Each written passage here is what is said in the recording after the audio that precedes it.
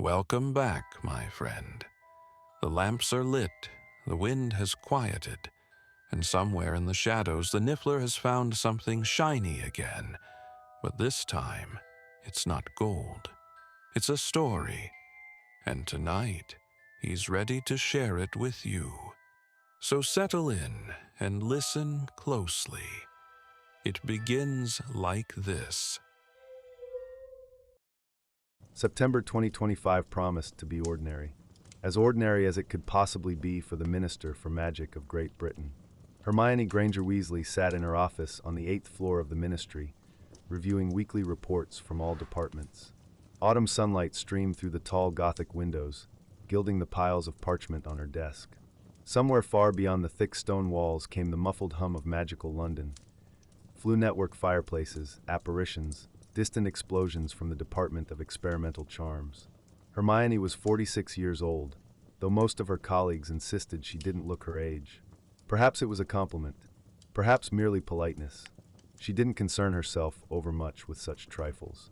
Her chestnut hair, which had once curled desperately and defied all enchantments, was now neatly gathered in a low bun. A few gray streaks, she didn't hide them, but rather wore them as badges of honor for the years she had lived. On her face, framed by the delicate rims of her reading glasses, lay barely visible lines around her eyes, traces of thousands of smiles, worries, sleepless nights over documents. She sighed, set aside another pile of papers, and rubbed the bridge of her nose. Reorganization of the Department of International Magical Cooperation, she muttered to herself. Logical, necessary, but somehow empty. Hermione had always loved order, structure, system. Ever since Hogwarts, she had been accustomed to arranging the world into comprehensible parts, analyzing, planning. The position of Minister for Magic suited her perfectly, at least in theory. She had reformed outdated laws, defended the rights of house elves, goblins, and other magical creatures, modernized the education system. She was respected. She was heard. Her achievements were discussed in the Daily Prophet and international magical publications. But lately, especially this autumn, Hermione had been haunted by a strange feeling of emptiness, not the sort that ached or oppressed, rather a quiet one, as though somewhere deep within her soul remained a small, barely noticeable gap, as though she had forgotten something important, but couldn't remember what. Minister Granger-Weasley, came a voice from the fireplace. Green flames flared, and within them appeared the face of her young assistant, Edwin. The delegation from the International Confederation of Wizards is waiting for you. In 15 minutes. Hermione nodded. Thank you, Edwin. I shall be ready. She stood, smoothed her robes of deep blue velvet, the official color of the minister, and glanced at herself in the antique mirror hanging by the door. The mirror had been a gift from Harry and Ginny for her 40th birthday. It didn't flatter, didn't offer compliments, but always honestly showed how a person truly looked. Now Hermione saw in it a weary woman with an intelligent gaze, a firm bearing, and that same strange feeling of incompleteness. You are the Minister for Magic, she said quietly to her reflection. You have achieved everything you dreamed of. What more do you want? The mirror remained silent, but the feeling wouldn't let go. That evening, returning home, Hermione felt the day's tension finally release. Their house, a cozy 2-story manor on the outskirts of the magical quarter of Ottery St. Catchpole, greeted her with warmth and familiar sounds. From the kitchen came the smell of roasted potatoes and rosemary, and somewhere upstairs music played. Evidently Hugo was listening to those magical rock bands of his again. Hermione, Ron called from the kitchen. You're just in time. Dinner's nearly ready. Ron Weasley, her husband of 23 years, stood by the stove with a wooden spatula in his hand. His red hair had begun to thin at the temples, and his stomach had rounded slightly, the consequence of years of peaceful family life and a love of food. But his smile, that genuine, warm smile, remained unchanged. He was her anchor, her home, her laughter amidst the chaos of the world. What are you making? Hermione asked, approaching and kissing his cheek. Country-style potatoes, Ron replied proudly, with rosemary and garlic. Rose promised to stop by, and Hugo's upstairs somewhere trying not to do his homework. Hermione smiled. Rose, their elder daughter, had left Hogwarts 4 years ago and now worked in the Department of International Magical Relations at the Ministry. She resembled Hermione, intelligent, diligent, ambitious, but had inherited from Ron his directness and ability not to take life too seriously. Hugo, their younger child, was in his 5th year at Hogwarts in Gryffindor. He had inherited from his father a love of Quidditch and from his mother, curiosity, though sometimes that curiosity manifested in the form of, "I wonder what would happen if I tried this charm without preparation." Hermione went upstairs and knocked on Hugo's door. "Hugo, darling, dinner in 10 minutes. "Coming, Mum," he called back. She went to her room to change into something more comfortable. Removing her official robes, she pulled on a soft lavender jumper and jeans. Approaching the window, she paused for a moment, looking out at the garden. Autumn was painting the trees gold and crimson, wind shaking leaves onto the grass. Everything was calm, peaceful, cozy. So why didn't she feel calm inside? Shortly after, Rose arrived through the Floo network, brushing ash from her sea-green robes. She was tall, with chestnut hair gathered in a ponytail and brown eyes that radiated energy. "Hello, Mum." "Hello, Dad," she exclaimed, hugging both. "Sorry I'm a bit late. We had a meeting about a trade agreement with Bulgaria today. Imagine, they still use a barter system for exchanging magical ingredients." "Sounds archaic," Hermione remarked, sitting at the table. "Actually, no, it's rather clever," Rose replied, sitting opposite. "You just have to adapt your approach." Hugo descended the stairs, dragging his rucksack stuffed with books. He resembled a young Ron, red hair, freckles, long legs, but with a gentler expression. "Good thing Hogwarts now lets students come home more often through the Floo," Ron observed, serving the potatoes. "Remember, Hermione, how we had to wait entire months until the holidays?" "I certainly do," Hermione smiled. "Professor McGonagall introduced it a few years ago. Says family connections are important, especially for younger students." "Dinner! Finally!" Hugo exclaimed, tossing his rucksack in the corner. "I'm starving." "You're always starving," Rose laughed. "Even after eating 3 portions at lunch." "I'm 15, I'm growing." Hugo defended himself. Dinner began in a warm atmosphere. Ron served the potatoes, Rose poured pumpkin juice. Hugo recounted the latest Quidditch match between Gryffindor and Slytherin. Hermione listened, smiled, asked questions, but part of her thoughts wandered somewhere far away. "Mum, are you all right?" Hugo suddenly asked, noticing her pensive expression. "Yes, darling," Hermione smiled. "Just a long day." "Mum always has long days," Hugo laughed. "She's the Minister for Magic." "Actually, Mum," Rose interjected, "I wanted to tell you that everyone at work is talking about your new reforms. About protecting werewolf rights. It's very important. You're changing the world for the better." "Thank you, darling," Hermione replied warmly. But inside, something twinged. Changing the world for the better. Yes. But was it enough? "Mum's already achieved everything," Hugo added with his mouth full of potatoes. "She's Minister for Magic, war heroine, reformer. What else is there to do?" The question hung in the air. Hermione froze with her fork halfway to her mouth. "What else is there to do?" "I don't know," she replied quietly. "Perhaps nothing." Ron placed his hand over hers. "Are you sure you're feeling well? Perhaps you need a holiday." "Perhaps," Hermione nodded, but knew it wasn't about fatigue. The rest of dinner passed in ordinary conversations about work, studies, weekend plans. But Hugo's words wouldn't release Hermione. What else is there to do? Late that evening, when the children had gone, Rose threw the Floo to her own home, Hugo to his room to do homework. Hermione and Ron sat on the sofa by the fireplace with cups of hot chocolate. Autumn leaves rustled in the wind outside the window, logs crackled in the hearth. Everything was cozy, calm, domestic. But Hermione couldn't shake the disquieting feeling of incompleteness. "What are you thinking about?" Ron asked quietly, setting aside his cup. Hermione was silent for several minutes, gazing at the fire. Then she sighed. "About Hugo. About what he said at dinner." "What exactly?" "That I've already achieved everything," Hermione repeated. "And what else is there to do?" Ron nodded thoughtfully. "And you feel there's still something you haven't done?" "Yes," Hermione admitted. "Ron, I know this sounds strange. Ungrateful even. I have a wonderful family, work I love, friends. I ought to be happy. And I am happy. But at the same time, it seems as though I've missed something." Ron was quiet, considering her words. "Perhaps it's about legacy?" Hermione turned to him. "Legacy?" "Well, you know," Ron scratched the back of his head. "Every great witch or wizard left behind something unique. Dumbledore discovered the 12 uses of dragon's blood. Snape created his own spells.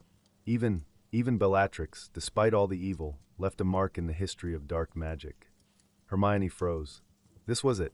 Precisely what she hadn't been able to articulate. "And I?" she asked quietly. What will I leave? Ron took her hand in his. You'll leave laws that protect magical creatures. Educational reforms. Honest governance. All of that is important, Hermione agreed. But it's administrative. It's not a discovery. Not something that will change magic itself. Do you understand? Dumbledore changed the understanding of magic.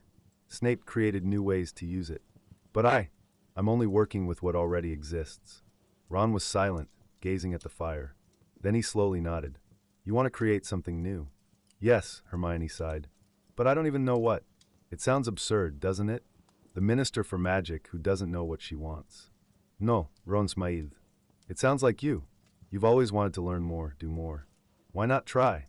Hermione looked at him, at his warm blue eyes, at his genuine smile, and felt gratitude fill her heart. 23 years together, and he still understood her better than anyone. I'll try, she replied quietly. I don't know how, but I'll try. The next morning, Hermione woke with resolve. If she wanted to create something new, she needed to begin with the foundations. Research, analysis, searching for gaps in magical theory that could be filled. She arrived at work earlier than usual, before most ministry employees had appeared. Her first stop, the Department of Mysteries, where the oldest and rarest magical records were kept. Unspurt Cropus, the elderly archivist with a long gray beard and spectacles perched on the end of his nose, looked up in surprise when Hermione entered. Minister Granger-Weasley, he exclaimed. What a surprise! What brings you to our dusty archives? I need access to records about the creation of new spells, Hermione said. From the last 500 years, if possible. Unspurt blinked behind his spectacles. 500 years? That's quite a lot of material, Minister. I have time, Hermione replied. The next few hours she spent in the depths of the archives, surrounded by ancient parchments, tomes, magical records that glowed with faint blue light. She read about attempts by wizards of the past to create new spells, some successful, most not. She noted ideas, formulae, theories. But nothing fitted. Nothing evoked that feeling. This is it. This is what I need. By lunchtime, her head ached and her eyes were tired from reading fine ancient script. She sighed and set aside yet another parchment. Perhaps I'm searching in the wrong place, she said quietly to herself. That same evening, Hermione decided to go to Hogwarts. Perhaps the answer lay hidden in the castle library, where she had spent so many hours during her school years. She apparat to Hogsmeade and walked up to the castle gates.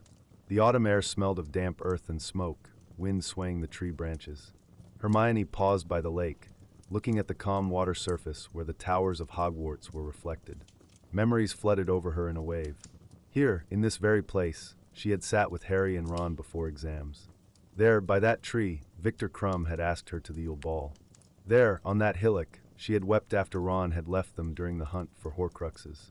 Every stone, every tree here held a story. Mrs. Weasley, a voice called.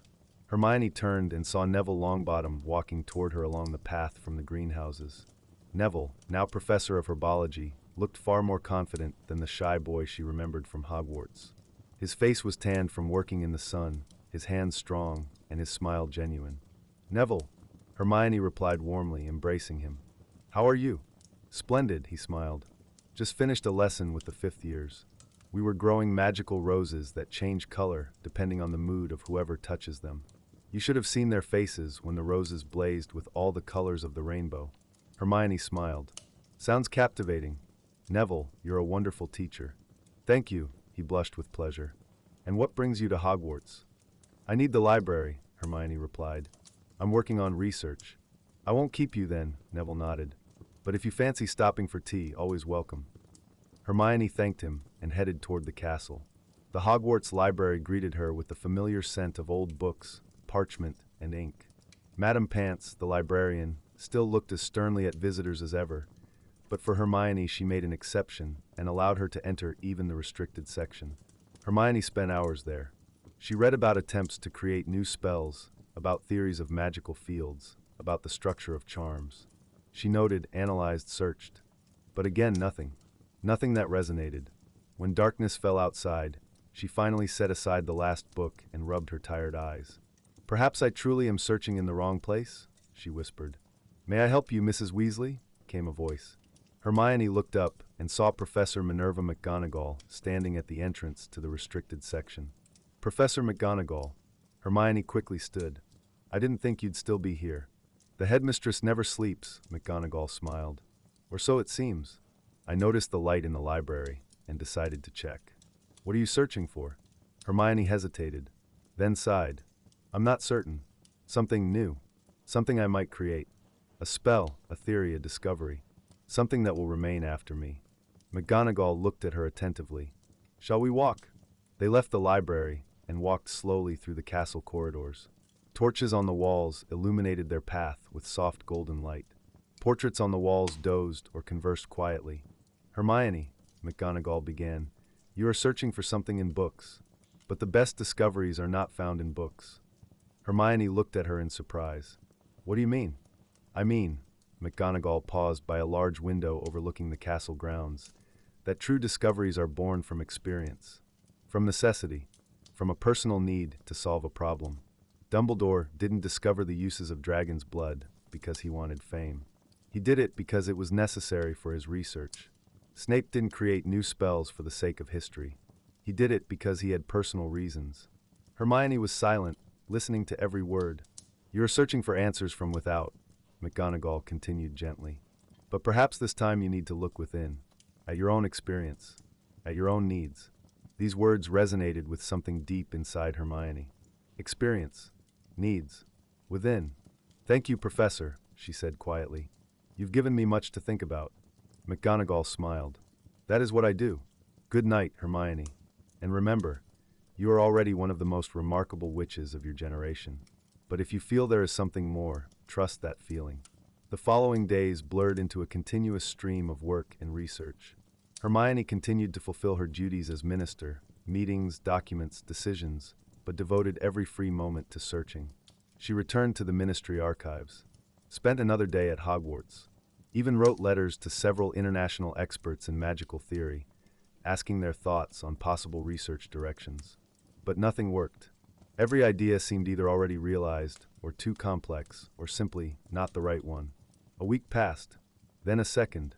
Frustration grew. One evening, when Hermione came home especially tired and disappointed, Ron met her at the door with a plate of biscuits and a cup of hot tea. Difficult day, he asked sympathetically. Impossible day, Hermione sighed, sitting on the sofa and accepting the tea. Ron, perhaps I'm simply wasting time? Perhaps not everyone is meant to create something new. Well, you know, Ron sat beside her, taking a biscuit. Perhaps you just need a break. You're thinking about it too much. Maybe you should rest? Go somewhere? Or just, well, not think about it for a while. Hermione turned to him sharply, and irritation flashed in her eyes. Not think? Ron, I can't just not think about this. It's important to me. I know, Ron quickly replied, raising his hands in a defensive gesture. I just wanted to help. Help? Hermione stood, pacing nervously through the sitting room. Ron, you don't understand. I've spent 2 weeks searching through books, archives, consulting with experts. Nothing. I feel like I'm banging my head against a wall. Ron was silent, watching her with sympathy. He knew this mood, when Hermione became fixated on a problem and couldn't find a solution. It always unsettled her. I'm sorry, Hermione said quietly after a moment, stopping and rubbing her face with her hands. I'm sorry, Ron. I shouldn't have snapped at you. It's all right, he replied gently, approaching and embracing her. I understand. But, Hermione, perhaps Professor McGonagall was right? Perhaps you truly are searching in the wrong place. Hermione stepped back and looked at him. What do you mean? Well, Ron scratched the back of his head. You're searching for an answer in books. But you've always been best at solving problems not because you knew all the books, but because you could think. Remember how you solved the riddle of the Philosopher's Stone? Or how you understood that a basilisk lived in the Chamber of Secrets? You didn't find those answers in books. You created them. From experience. Hermione froze. Ron's words, so simple, so obvious, suddenly resonated with something deep within her. Experience, she whispered. My own experience. Yes, Ron nodded. Perhaps instead of searching in other people's books, you should look at your own life, at what you've been through. Maybe that's where the answer is. Hermione slowly sat on the sofa, staring into space. Her thoughts began moving in a new direction. My own experience. My life. Thank you, Ron, she said quietly. You've given me an idea. Ron smiled. Glad to help. Now eat a biscuit and go to bed. Everything seems better after proper sleep. But Hermione was no longer listening. Her mind was working, sorting through memories, moments, decisions that had shaped her life. Another week later, the frustration had only intensified. Hermione tried to look within, as McGonagall and Ron had advised, but it proved far more difficult than it seemed. How exactly does one search for answers in one's own life? Where to begin?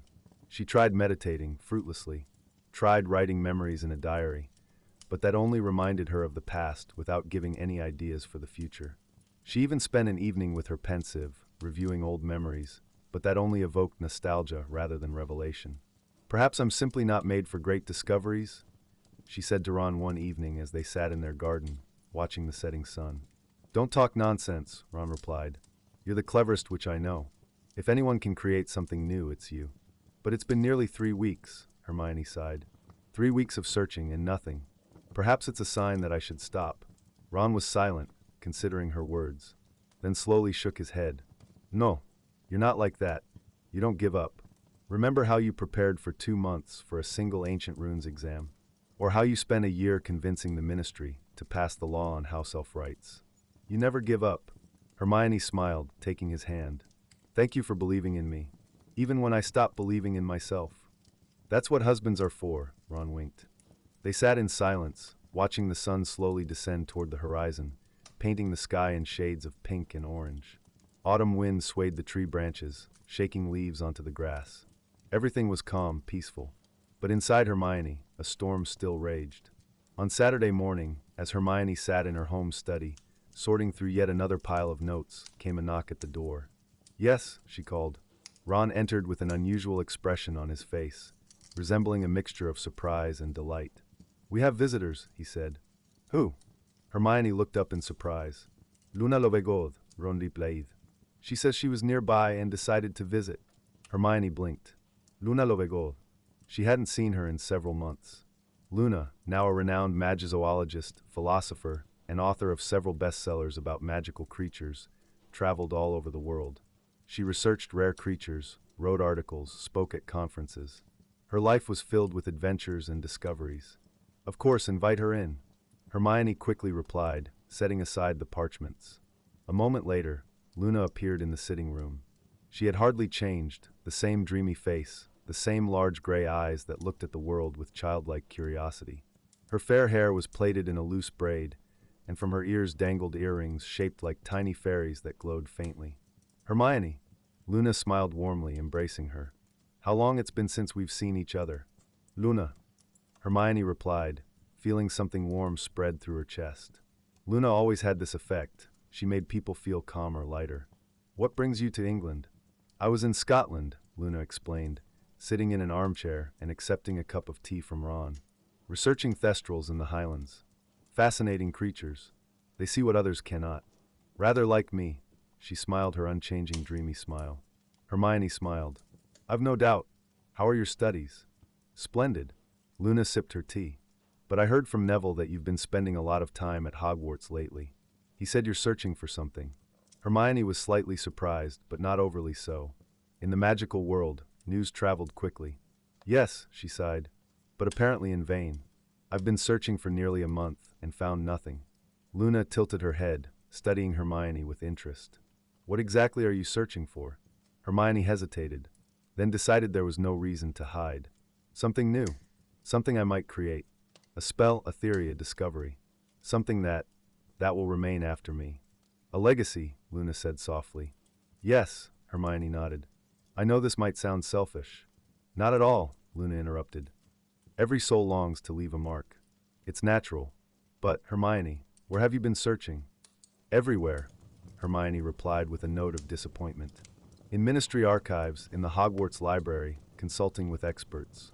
I've read hundreds of books, studied theories. From without, Luna said quietly. Hermione froze. What?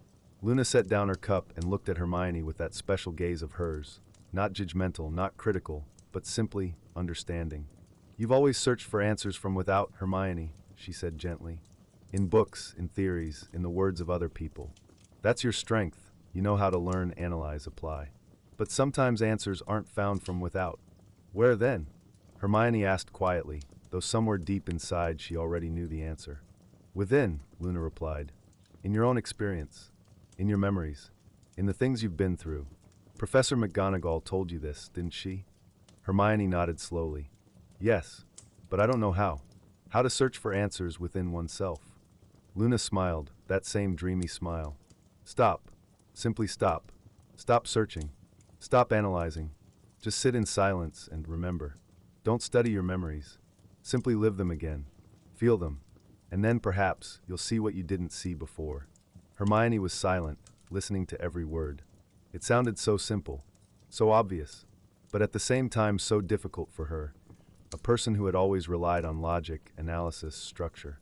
And if I find nothing? She asked quietly. Then you find nothing, Luna replied calmly. But at least you'll try in the right direction. You know, Hermione, sometimes the most important discoveries come not when we're searching, but when we allow ourselves simply to be. They talked for another hour about various things. Luna's experiments, Hermione's work, mutual friends. When Luna was preparing to leave, she embraced Hermione and whispered, Trust yourself. You know more than you think. And she left through the flue, leaving behind a faint scent of lavender and something intangible, the peace that Hermione so needed. That evening, when Ron had gone to George's to discuss a new product for the shop and Hugo was at Hogwarts, Hermione found herself alone at home. She sat in her study, brewed tea, and simply sat in silence. Outside the window, darkness fell. The first stars appeared in the sky.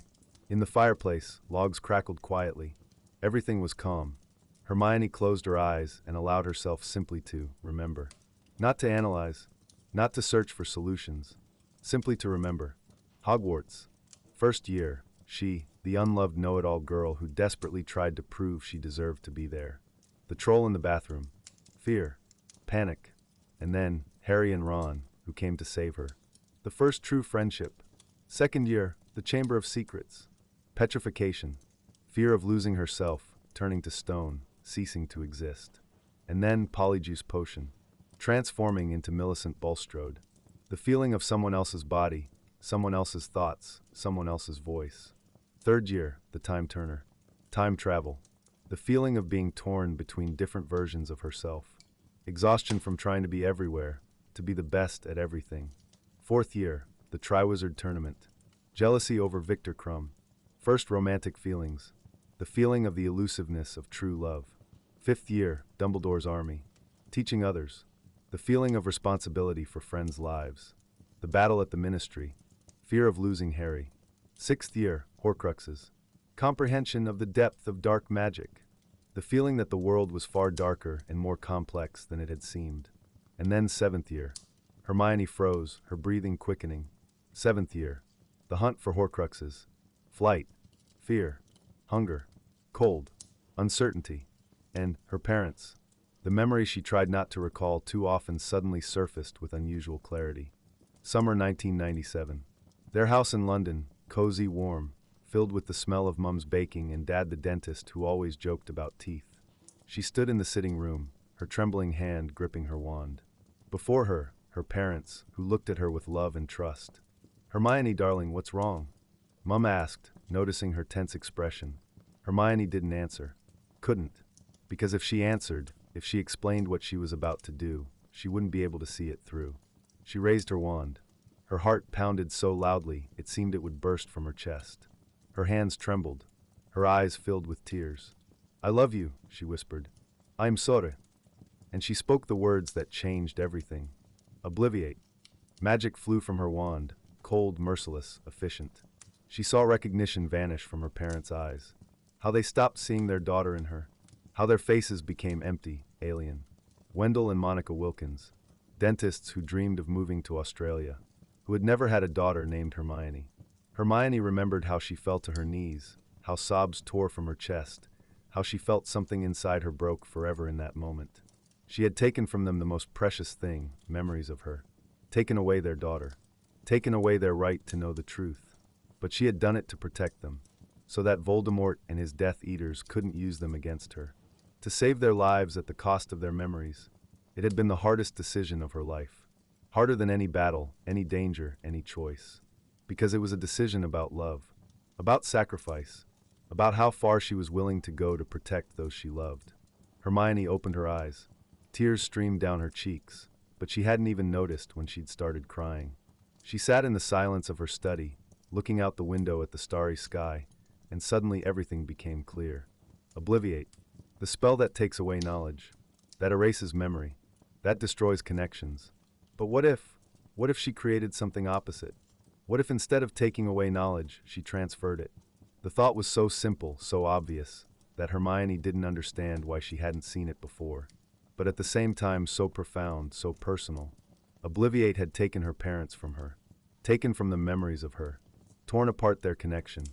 But a new spell could build connections, transfer knowledge, share experience, not destroy but create.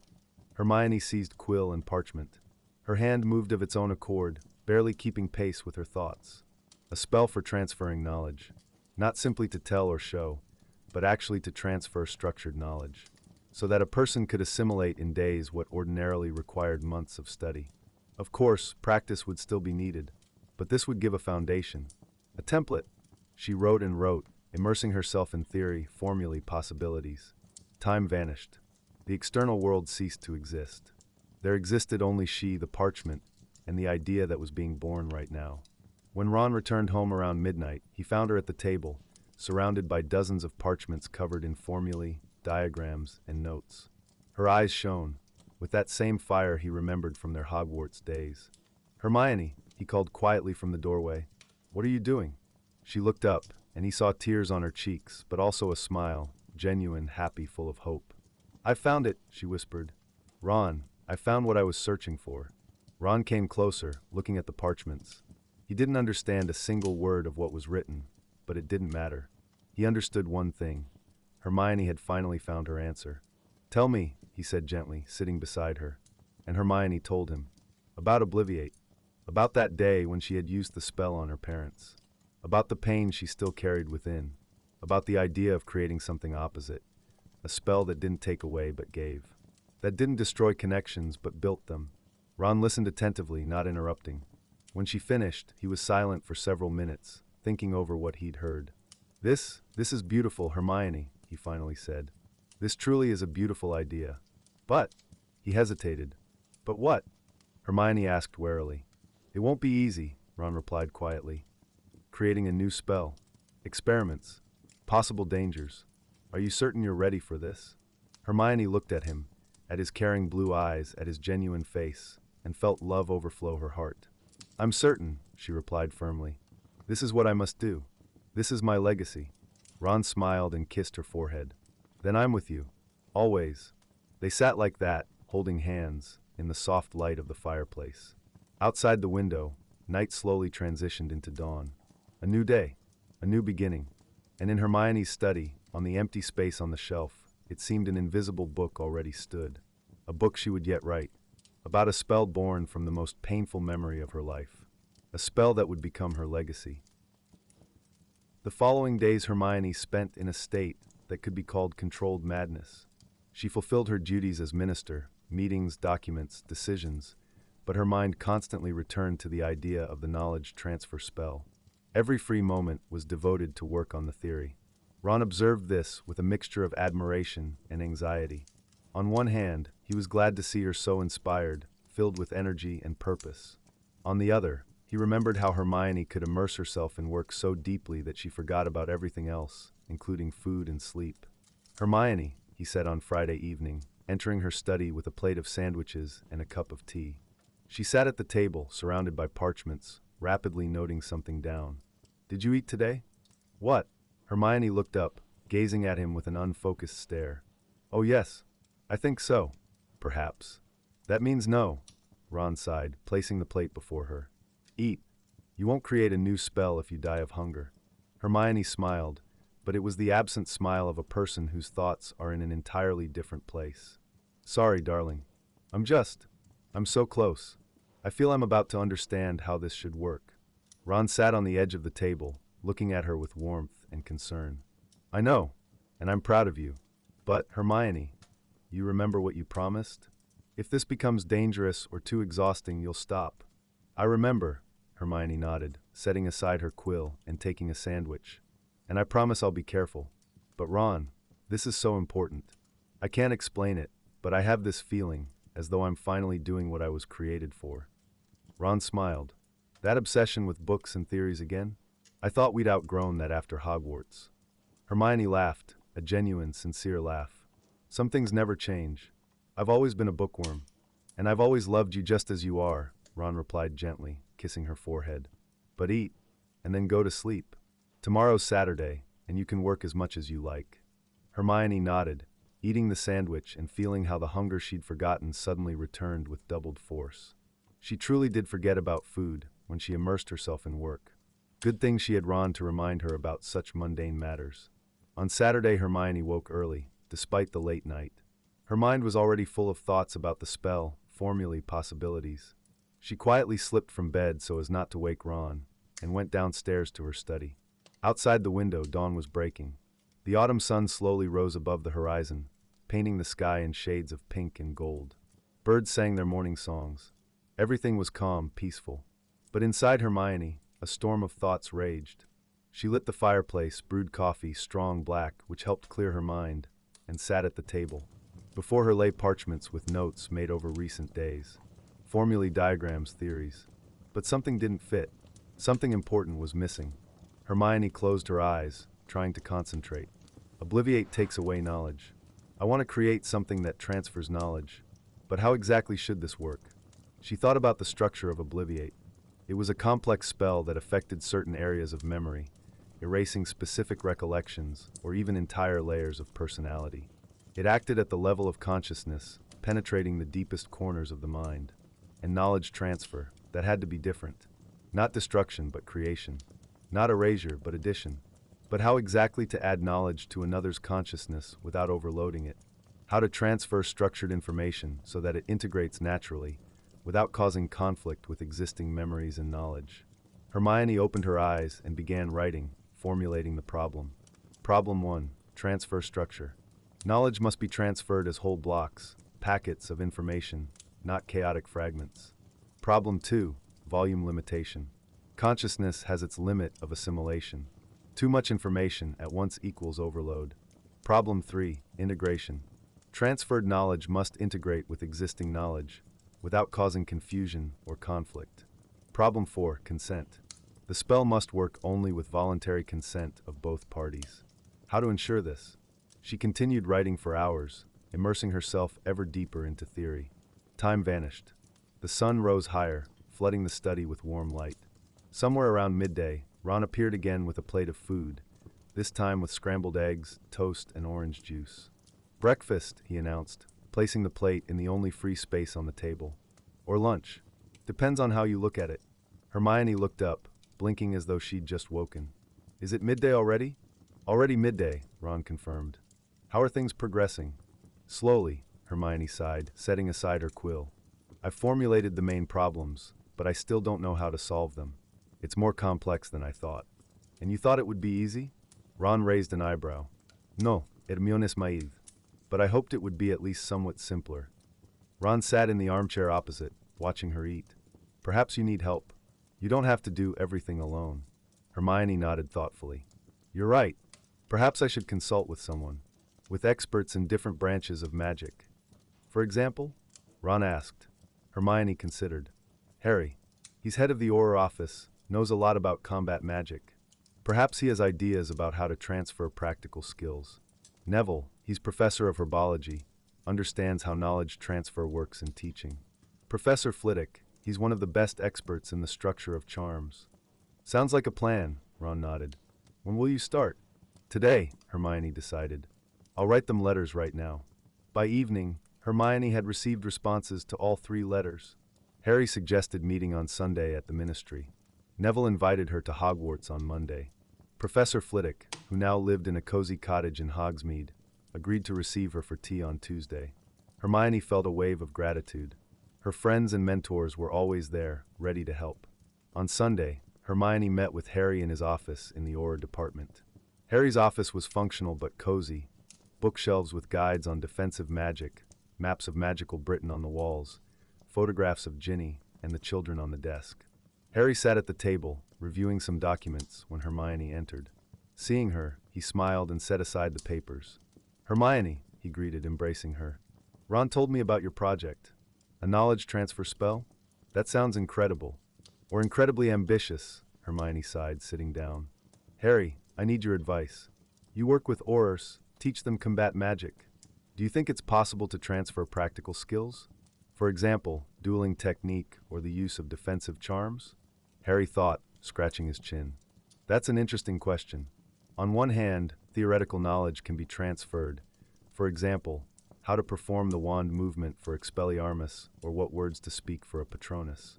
But practice is muscle memory, reflexes, instincts. That comes only with experience. That's exactly what I think, Hermione nodded. The spell must transfer structured knowledge, theory, understanding, fundamentals. But practice is still needed. And what about emotions? Harry suddenly asked. Take the Patronus. To summon it, knowing the movements and words isn't enough. You need a happy memory, emotional strength. Will your spell be able to transfer that? Hermione froze. She hadn't thought about this. Emotions. Of course. Magic is inextricably linked with emotions. I don't know, she replied slowly. Perhaps the spell will transfer not only knowledge, but also emotional context. Not full memories, but imprints. Emotional imprints that accompany knowledge. Harry looked at her attentively. That could be powerful, but also dangerous. Imagine if someone transferred not only knowledge of dark magic, but also the pleasure of using it. Hermione felt a chill run down her spine. You're right. That's another reason why the spell must work only with voluntary consent, and why I must be very careful when developing safeguards. They discussed details for another hour. Harry shared his experience training Aurors, spoke about the difficulties of transferring combat skills, about how important it was to combine theory with practice. Hermione carefully noted everything that might be useful. When she was preparing to leave, Harry stopped her. Hermione, he said seriously, I believe in you. If anyone can create such a spell safely and responsibly, it's you. But be careful. This is powerful magic, and there may be unpredictable consequences associated with it. I'll be careful, Hermione assured him. I promise. On Monday, Hermione went to Hogwarts to meet with Neville. He waited for her by the greenhouses, smiling and brushing soil from his hands. Hermione, he greeted. Comein. Just finished a lesson with the third years. We were growing mandrakes. You should have seen their faces when they started screaming. Hermione laughed. I remember my first encounter with mandrakes.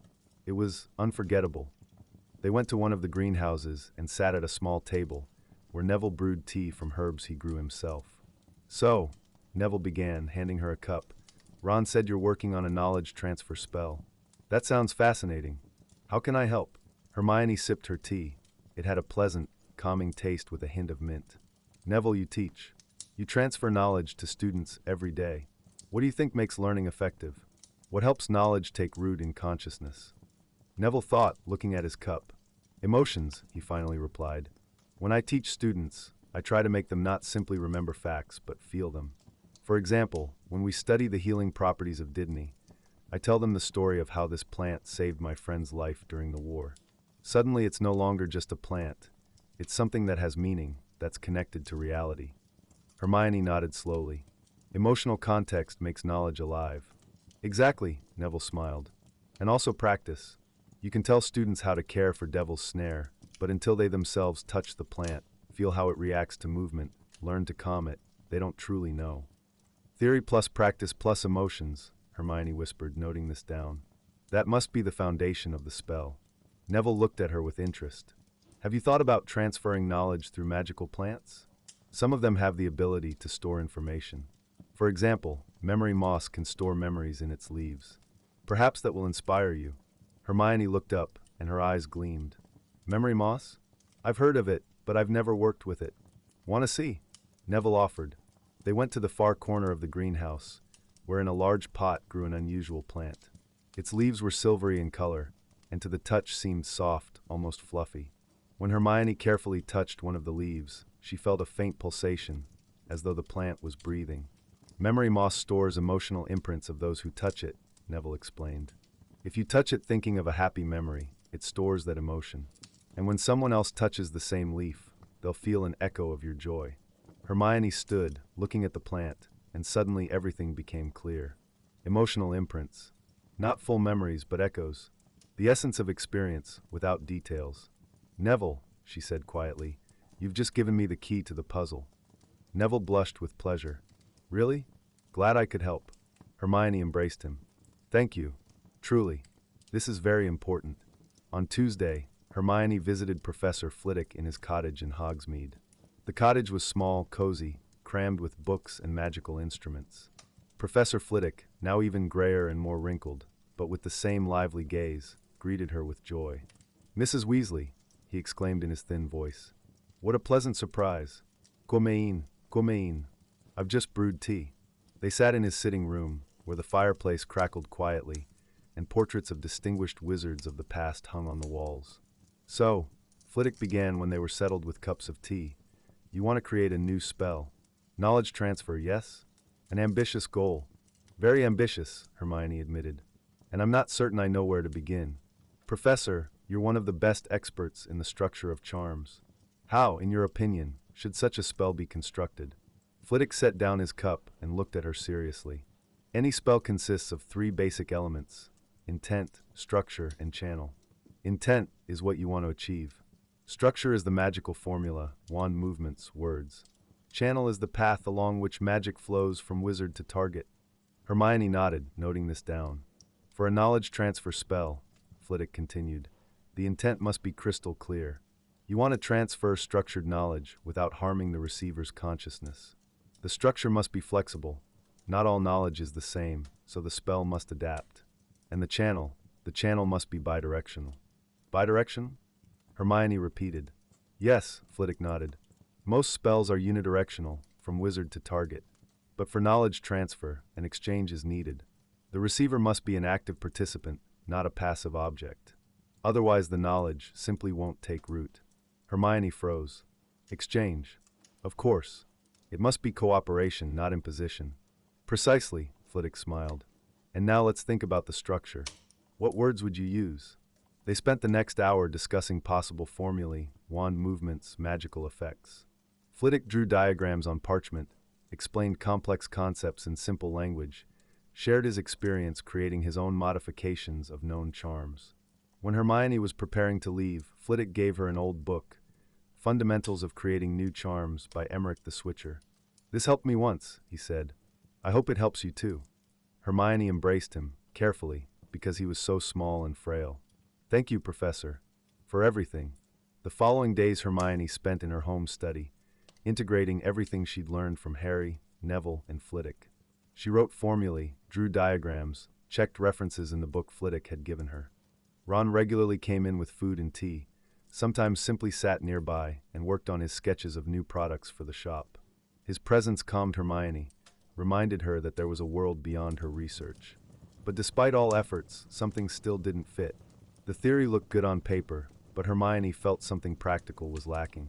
She needed to try. One evening, when she sat at the table staring at yet another formula, an idea occurred to her. What if she tried an experiment? Not on a person, that would be too risky, but on herself. Try to copy some simple knowledge into a physical object, parchment, crystal, something else. She stood and approached the shelf where she kept various magical materials. She took a small transparent crystal, ordinary quartz, which was sometimes used for storing magical energy. Right, she whispered, returning to the table. Let's try. She placed the crystal before her and took her wand.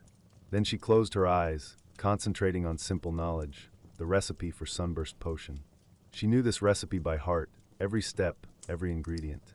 Hermione raised her wand, directing it at the crystal, and tried to formulate the intent. Transfer knowledge of the recipe into this crystal. She felt magic boiling inside, felt it flowing through the wand to the crystal. For a moment it seemed to work. The crystal glowed faintly with blue light. But then the light faded. The crystal remained transparent, cold, empty. Hermione sighed. It didn't work. She tried again, and again.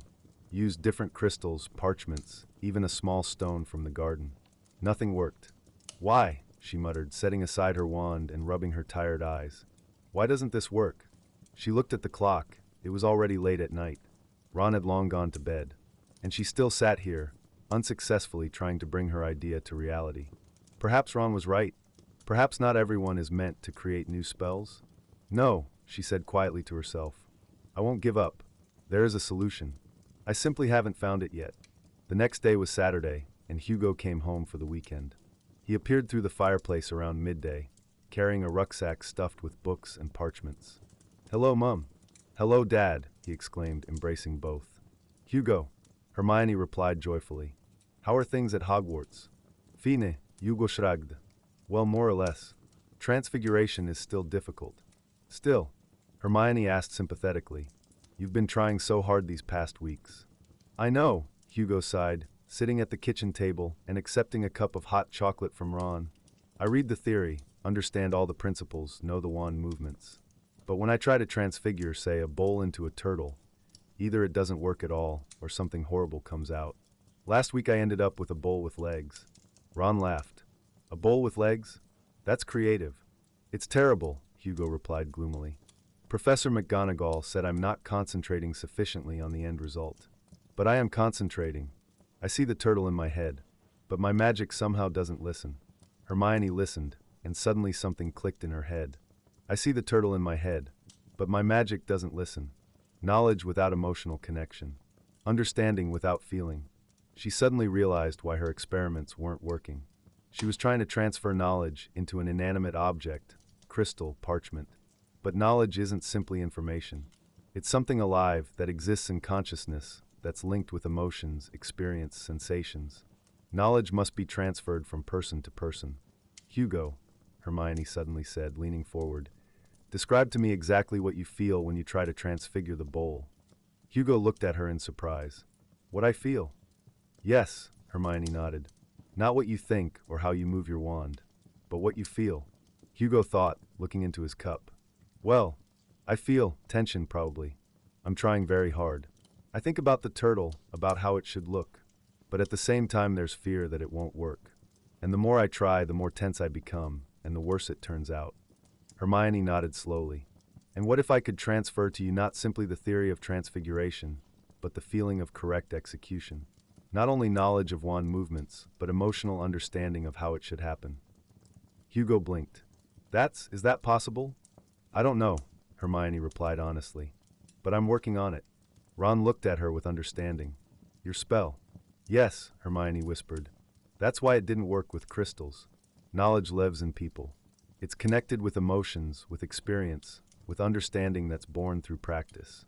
I was trying to do something artificial, mechanical. But it must be organic. Alive." Hugo stared at her with wide eyes.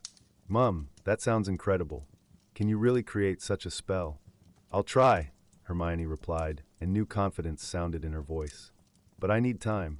The following days Hermione worked with new understanding. She rewrote all the theory, taking into account that knowledge must be transferred between people, not through inanimate objects. This changed a great deal. The spell's structure had to be different. Not unidirectional transfer, but exchange. Two people, connected by a magical channel, through which knowledge flows from one consciousness to another. But how to create this channel?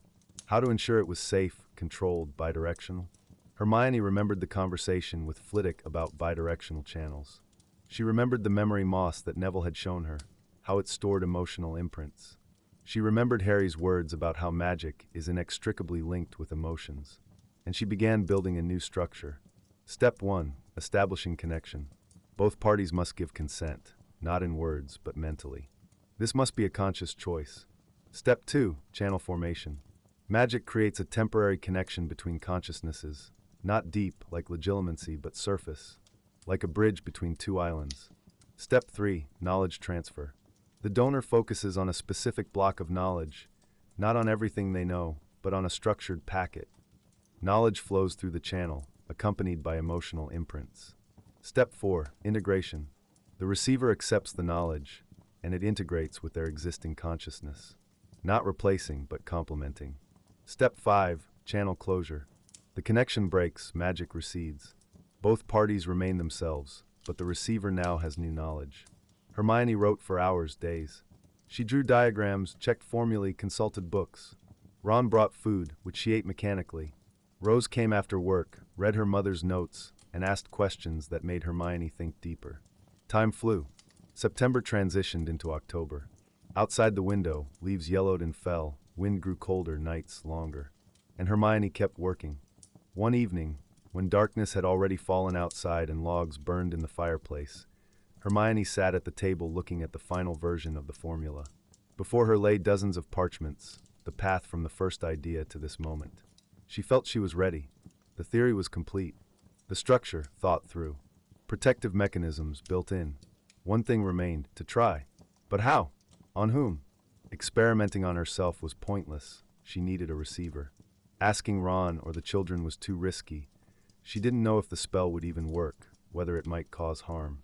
Hermione sighed, setting aside her quill. Perhaps I need a volunteer. Someone who understands the risks and is willing to try. She heard footsteps on the stairs. Ron was coming down with a book in his hands, something light, adventurous, that he liked to read before bed. Still working? He asked, entering the study. I've finished, Hermione replied quietly. The theory is complete. Ron came closer, looking at the parchments. And what next? Next I need to try, Hermione sighed. But I don't know on whom. It's risky. I can't ask any of my family or friends. Try it on me, Ron said calmly. Hermione turned to him sharply. What? No. Ron, it's too dangerous. I don't know if this will even work, whether it might cause harm. Hermione, Ron sat on the edge of the table, looking at her with warmth. You've worked on this for a month. You've consulted with the best experts. You've thought through every detail. If anyone can create a safe spell, it's you. And if you need a volunteer, I'm ready. But, Hermione felt her eyes filling with tears. What if something goes wrong? Then we'll deal with it, Ron smiled. Together. As always. Hermione was silent, struggling with emotions. Part of her wanted to agree. Ron was the closest person to her. She trusted him more than anyone. But another part was afraid. What if she harmed him? What if something went wrong? I can't risk you, she said quietly. And I can't watch you suffer, searching for a volunteer, Ron replied. Hermione, we're a team. From first year at Hogwarts to today. You don't have to do this alone. Hermione looked at him, at his genuine face, at his warm blue eyes, at his hands that gripped hers. And she understood he was right. They'd always been a team. In the darkest times, in the most dangerous moments, they were together. All right, she whispered. But if you feel even the slightest discomfort, you'll tell me immediately. Agreed. Agreed, Ron nodded. They waited until the next day. Hermione wanted to be rested, focused, ready. She reread all the theory once more, checked every formula, every step. On Saturday morning, when Hugo was still asleep upstairs and the sun had only just begun rising above the horizon, Hermione and Ron sat opposite each other in her study. So, Hermione began, holding her wand with a slightly trembling hand, I'll try to transfer something simple to you. Very simple. For example, the recipe for Sunburst Potion. You don't know it. No, Ron shook his head. I was always terrible at potions. Good, Hermione nodded. This will be our test. If it works, you'll suddenly know the recipe. Not only the words, but understanding. What sequence, why exactly so, what sensations accompany each step. Ron took a deep breath. I'm ready. Hermione closed her eyes, concentrating. She had to be calm, focused. She thought about the Sunburst Potion recipe. Every ingredient, every step, every detail. But also about the emotions that accompanied this knowledge. Satisfaction from a correctly prepared potion, the smell of sunbeams in a bottle, the warm feeling of success. Then she opened her eyes and looked at Ron. You must give consent. Not in words. Think about it. Imagine you're opening a door. That you're ready to accept what I'll transfer. Ron nodded, closing his eyes and concentrating. Hermione raised her wand. Her heart pounded. Her hands trembled slightly. She took a deep breath, calming herself. And then she spoke the words that were born from weeks of contemplation, research, attempts. Doctransferio. From the Latin doctrina, knowledge, and transfere, to transfer. Magic flew from the wand.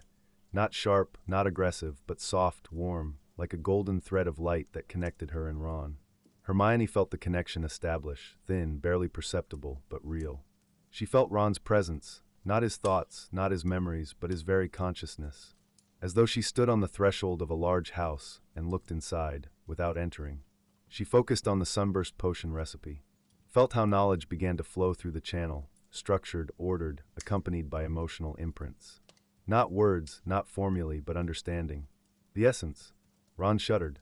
His eyes moved beneath closed eyelids. Hermione watched him, ready to stop the spell at any moment if something went wrong. But he didn't scream, didn't writhe. simply sat, breathing somewhat more quickly than usual.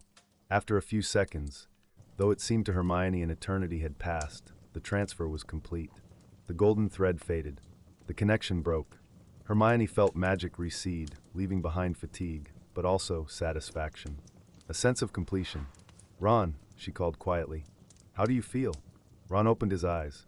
For several seconds he simply looked at her, blinking as though waking from deep sleep. Then he slowly nodded. That was strange," he whispered.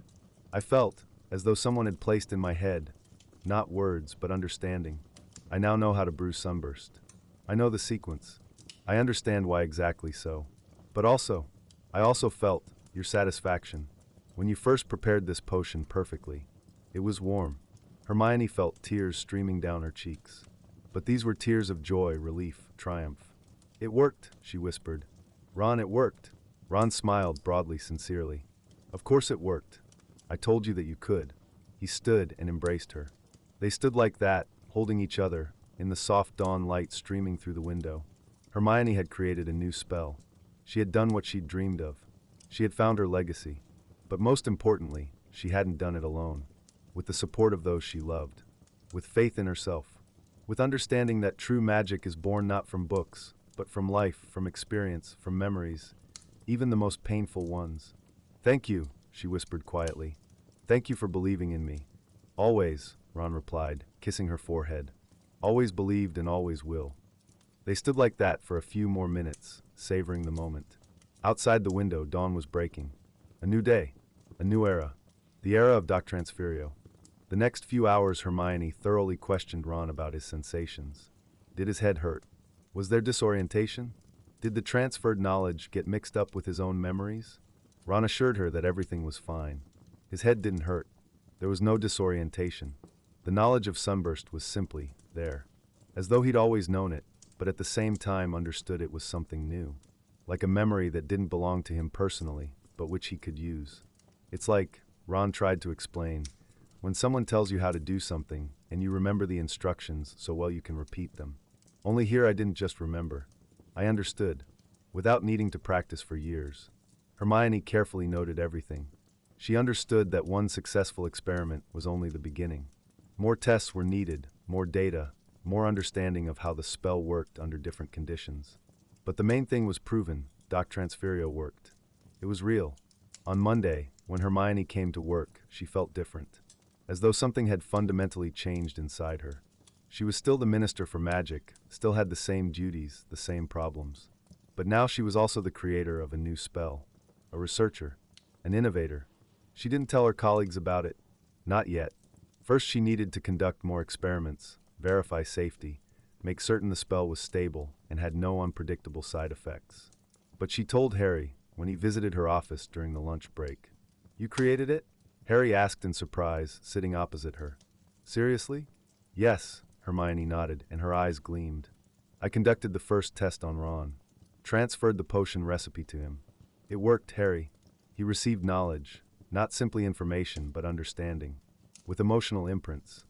Harry was silent for several seconds, processing what he'd heard, then slowly smiled. "That's incredible, Hermione. Truly incredible. But, you understand this is enormous responsibility?" "I understand," Hermione replied seriously.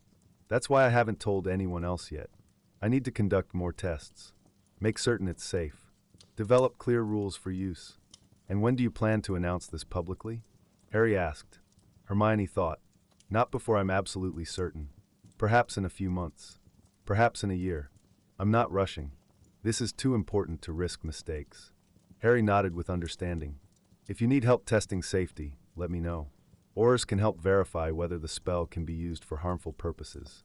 "Thank you, Harry," Hermione smiled warmly. "I'll definitely turn to you when the time comes." After Harry left, Hermione sat in her office, looking at London outside the window. The city hummed with life, cars, people, magic pulsating in every corner. And she held in her hands something that could change this life. Not instantly, not revolutionarily, but slowly, gradually, deeply. Doctransferio, a spell born from the most painful memory of her life. A spell that transformed pain into hope, destruction into creation. This was her legacy, and she was only beginning to understand how deeply it would change the world. After the successful experiment with Ron, Hermione spent the following days in a state of cautious optimism. One successful test was wonderful, but far from sufficient. She needed to conduct more experiments, test different types of knowledge, different recipients, different circumstances. Yet at the same time, she felt a thrill. The same thrill she'd experienced at Hogwarts when solving a complex riddle or discovering something important.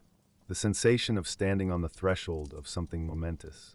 On Wednesday evening, as she sat in her study reviewing notes about the first experiment, there came a quiet knock at the door. "Yes," Hermione called out without looking up from her parchments. The door opened and Hugo appeared. He'd come home through the FLA network for the weekend. He looked rather uncertain, as though he wasn't sure whether he ought to disturb his mother. "Mum," Hugo began, "may I have a word?" Hermione immediately set down her quill and turned to her son. When the children wanted to have a word, with such a serious expression, it always meant something important. "Of course, darling," she said gently, indicating the chair opposite. "What's happened?" Hugo sat down, nervously fidgeting with the edge of his robes. "Dad told me about your spell," he said, "about how you transferred knowledge of potions to him. Is it true?"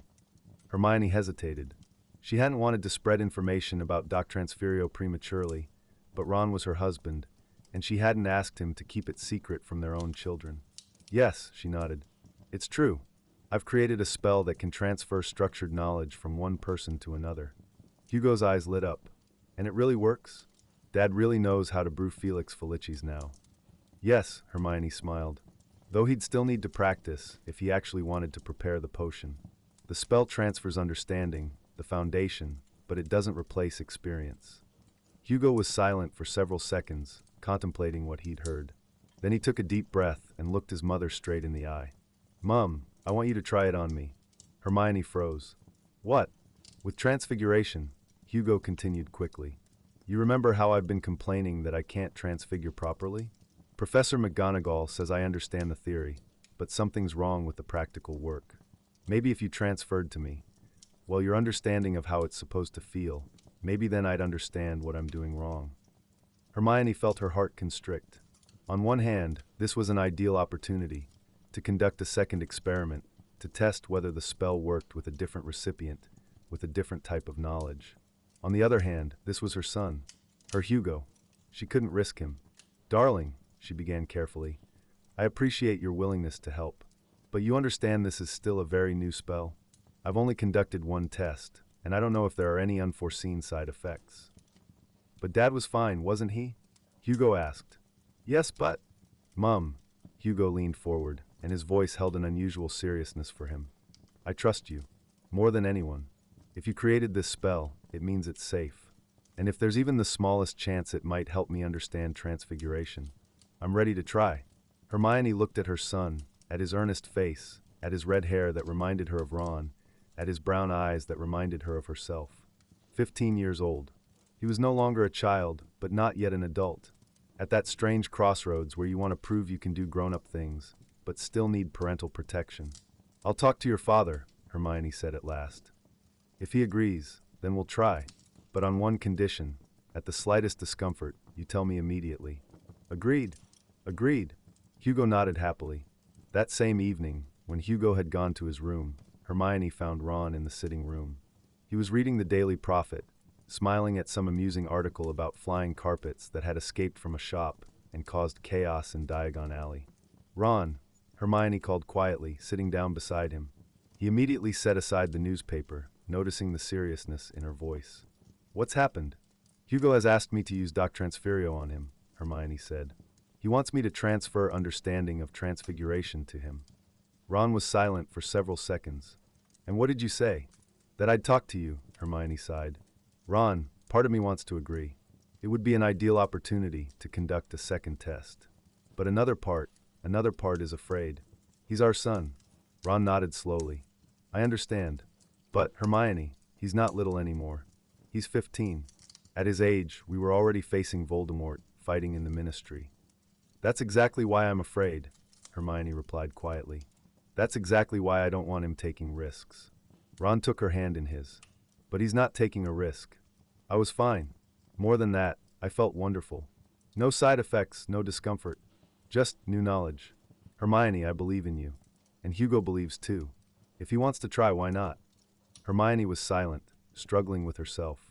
Finally, she nodded. All right, but we do this together. You'll be there, watching. If anything goes wrong, you stop me immediately. Agreed, Ron smiled. On Saturday morning, the three of them gathered in Hermione's study. Hugo sat in the chair, trying to look calm, but Hermione could see slight nervousness in his eyes. Ron stood to the side, holding his wand at the ready, just in case. Right then, Hermione began, sitting opposite her son, I'm going to transfer to you a basic understanding of transfiguration. Not all the theory, that would be too much, but the fundamental principles, the feeling of how the magic is supposed to work. Are you ready? Hugo nodded. Ready. Hermione closed her eyes, concentrating. She thought about her first transfiguration lesson at Hogwarts. Professor McGonagall, stern yet fair, explaining how to see not merely the external form of an object, but its essence. How to feel the magic flowing from wizard through wand to target. How to imagine not only the end result, but the very process of transformation. But along with the theory came emotions. Anxiety, that she wouldn't manage, that she'd make a mistake. Fear, that the other children would laugh at her.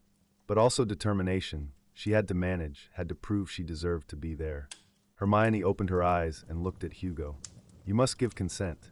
Think of an open door. You're ready to receive what I'm going to transfer. Hugo closed his eyes and nodded, concentrating.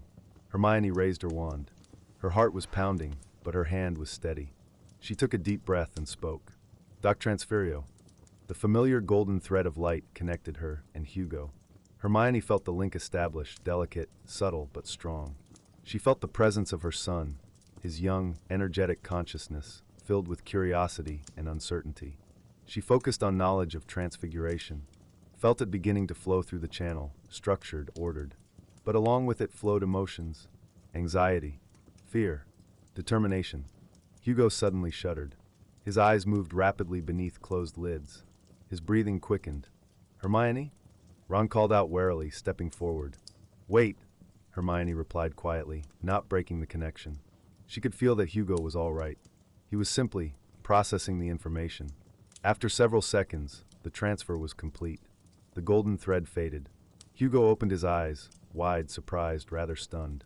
Hugo, Hermione asked quickly, are you feeling all right? Hugo was silent for several seconds, staring at his hands as though seeing them for the first time. Then he slowly raised his gaze to his mother. Mum, he whispered, I felt your fear. Hermione froze. What? When you first learned transfiguration, Hugo continued, his voice trembling with wonder, you were afraid. Afraid of making a mistake. Afraid they'd laugh at you. I felt it. Not just knowledge about transfiguration, but your feelings. Hermione felt a chill run down her spine. She'd known the spell transferred emotional imprints, but it was one thing to know theoretically, and quite another to hear it from her own son. I'm sorry, Hugo, she said quietly. I didn't want you to feel my fear. No. Hugo protested quickly. Mum, you don't understand. It had helped. Because I always thought you were perfect. That everything came easily to you. But now I know you were afraid too. And you managed anyway. And if you could, maybe I can too. Hermione felt tears welling up in her eyes. She stood and embraced her son. You can, darling. I believe in you. Ron approached and hugged them both. My clever family, he said warmly. Always finding ways to make everything even more complicated and interesting. They laughed, all three of them, standing in their warm embrace, in the soft light of the morning sun. Over the following days, Hermione watched Hugo with particular attention. She asked daily whether there was any headache, disorientation, or memory problems. Hugo assured her everything was fine. More than that, he felt he now understood transfiguration better. On Sunday evening, a few hours before Hugo was due to return to Hogwarts through the Flu network, he approached Hermione holding his wand and a small copper cup. Mum, he said, I want to show you something. Hermione set aside the book she'd been reading and looked attentively at her son. Hugo placed the cup on the table, raised his wand, and concentrated.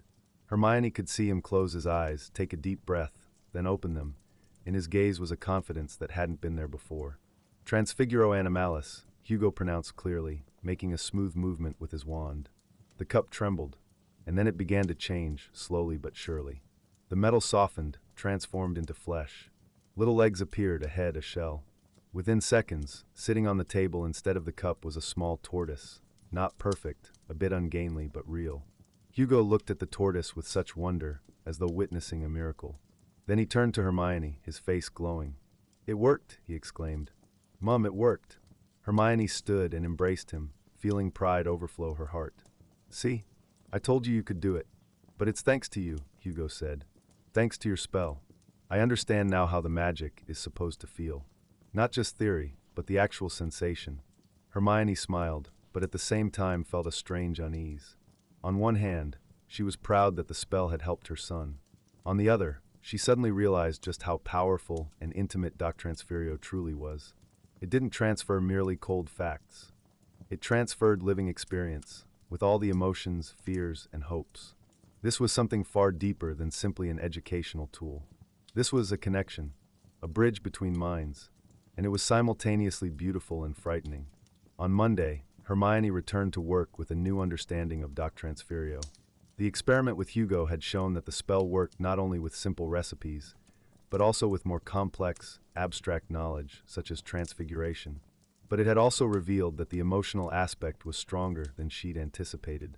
She spent most of the day recording conclusions, contemplating next steps. She needed to conduct more experiments, test different types of knowledge, understand whether it was possible to somehow control or filter the emotional imprints. Around 4 o'clock in the afternoon, Rose came to visit. She appeared in the doorway of the study with a folder of documents and an agitated expression. "Mum," she began, "do you have a moment?" "Of course, dear," Hermione smiled, indicating the chair. "What's happened?" Rose sat down, nervously flipping through the folder. "Hugo told me about your spell, about how you helped him with transfiguration." Hermione inwardly sighed. Of course Hugo had told his sister. Children never could keep secrets from each other. "Yes," she confirmed carefully. "I conducted an experiment on him, under strict supervision and with your father's permission." "I'm not judging," Rose said quickly. "Quite the opposite. I wanted to ask you for the same thing." Hermione raised her eyebrows. "For what exactly?" Rose opened the folder and extracted several documents in French. "Look, we're currently in complex negotiations with the French Ministry of Magic. A trade agreement. But there's a problem. Most of their magical terms don't translate properly. I read French, but magical French is completely different. There are different rules, different shades of meaning." She looked at Hermione hopefully. "You studied magical French at Hogwarts, and then later, whilst working on magical creature rights. You know the nuances. And I thought, if you could transfer to me basic knowledge, understanding of the structure, it would help the negotiations. We could avoid misunderstandings." Hermione was silent, considering the request. On one hand, this was another opportunity to test Doctransferio, this time with an adult in a professional context. On the other hand, this was her daughter, her Rose. "You understand," Hermione began carefully, "that the spell transfers not only knowledge, but emotional imprints as well. You might feel my emotions connected with learning French." "I know," Rose nodded. "Hugo told me. But, Mum, I'm not afraid. I want to understand not just the words, but how you feel the language. Perhaps that will even help me better understand our French partners." Hermione looked at her daughter, intelligent, ambitious, confident. 22 years old. She hadn't been a child for a long time. She was a grown woman with her own career, her own decisions. "All right," Hermione said at last. "But not now. This evening at home. I want your father to be there, and for us to be in calm surroundings." Rose smiled broadly happily. "Thank you, Mum. Truly." That evening they gathered again in Hermione's study, she, Rose, and Ron, who watched from the side, smiling. He'd already grown accustomed to these experiments, and even joked that their home was turning into a research laboratory. Rose sat in the chair, calm and focused. She'd always been more confident than Hugo, more resilient to stress. "Ready?" Hermione asked. "Ready," Rose nodded. Hermione closed her eyes, concentrating on her knowledge of magical French. She remembered how she'd studied it at Hogwarts, complex, poetic, full of nuance.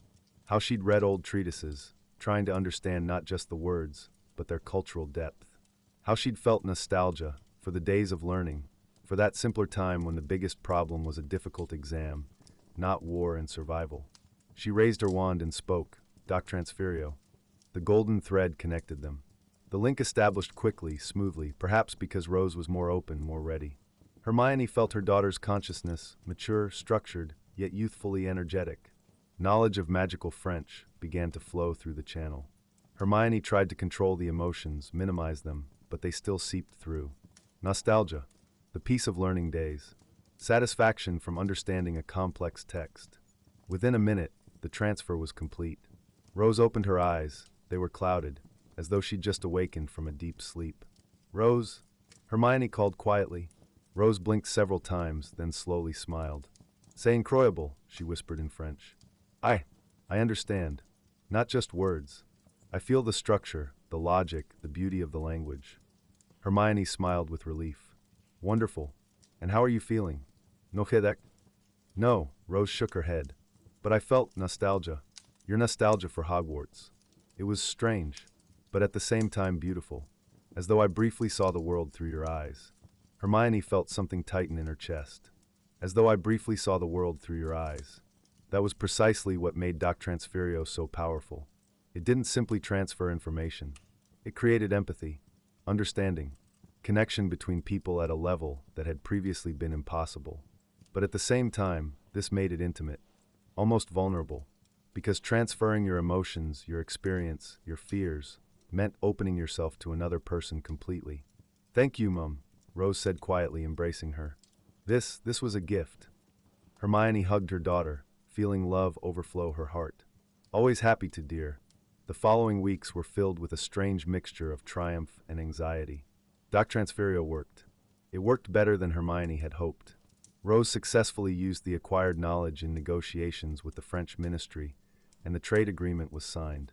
Hugo received praise from Professor McGonagall for significant progress in transfiguration. But information about the new spell began to spread. At first within a narrow circle. Harry told Ginny, Ginny told the Weasley brothers. Rose mentioned it to colleagues at the ministry. Hugo, despite being asked to keep it secret, told several friends at Hogwarts. And suddenly Hermione began receiving letters. The first came from Neville. His letter was brief but sincere. "Dear Hermione, I heard about your new spell from Hugo. He's very proud of you, as are we all. I wanted to ask, might your spell be able to help one of my students?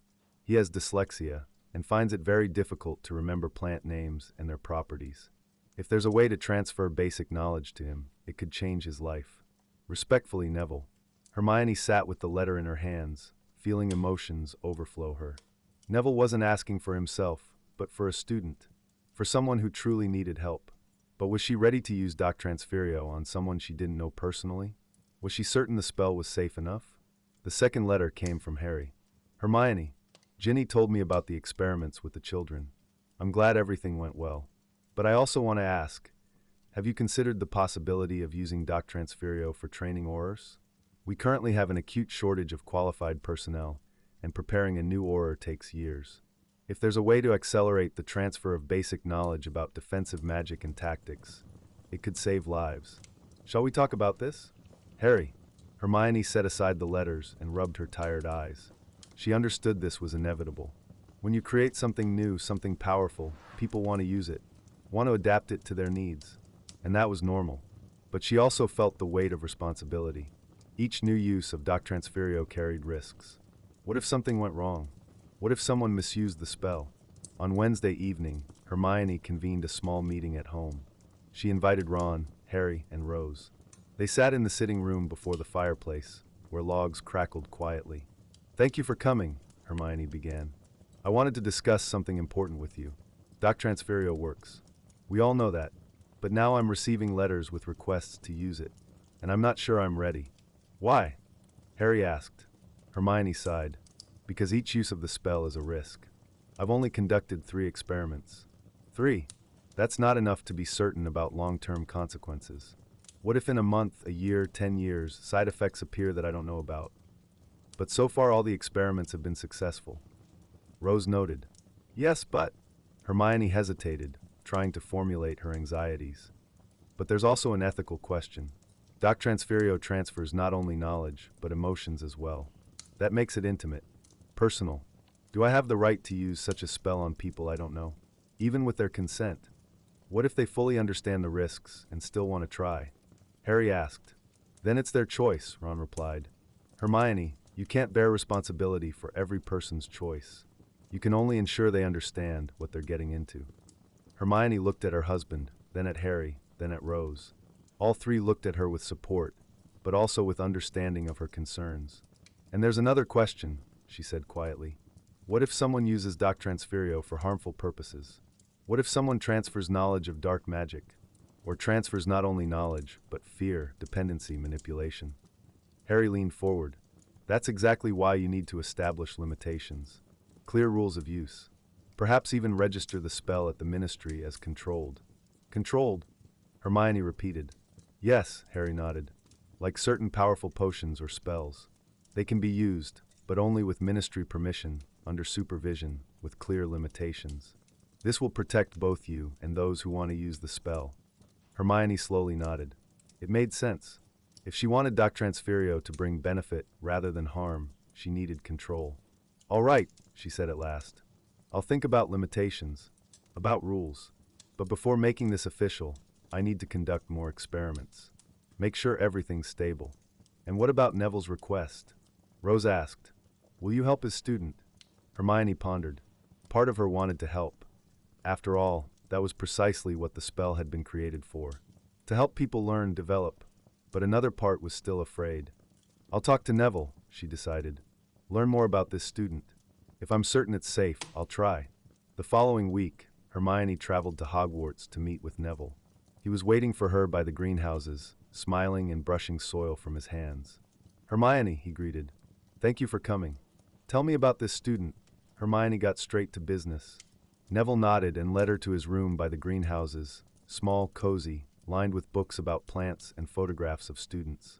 His name is Benjamin Cross, Neville began, sitting at the table. Third year, Hufflepuff. Good lad, hard-working, but he has dyslexia. He finds it difficult to remember plant names, to read long texts about their properties. He tries, but it takes him twice, 3 times longer than other students. And you think Doctransferio could help? Hermione asked. I don't know, Neville answered honestly. But if there's a chance to transfer basic knowledge to him, structure, understanding, not through reading, but directly, it could change everything for him. Hermione was silent, thinking. This was a different case from experiments with her family. This was a stranger, a boy she didn't know. But at the same time, this was someone who truly needed help. I want to meet him, she said at last. Talk to him. Explain the risks. If he agrees, knowing all the details, I'll try. Neville smiled. Thank you, Hermione. Benjamin Cross turned out to be a quiet, modest boy with dark hair and large brown eyes. When Hermione met him in Neville's classroom, he looked simultaneously excited and frightened. Professor Longbottom said you might be able to help, he began quietly, sitting opposite Hermione. Perhaps, Hermione replied carefully. But first I want to explain to you exactly what I'm offering, and what risks are involved. For the next half hour, Hermione explained Doctransferio in detail, how it worked, what it transferred, what possible side effects there might be.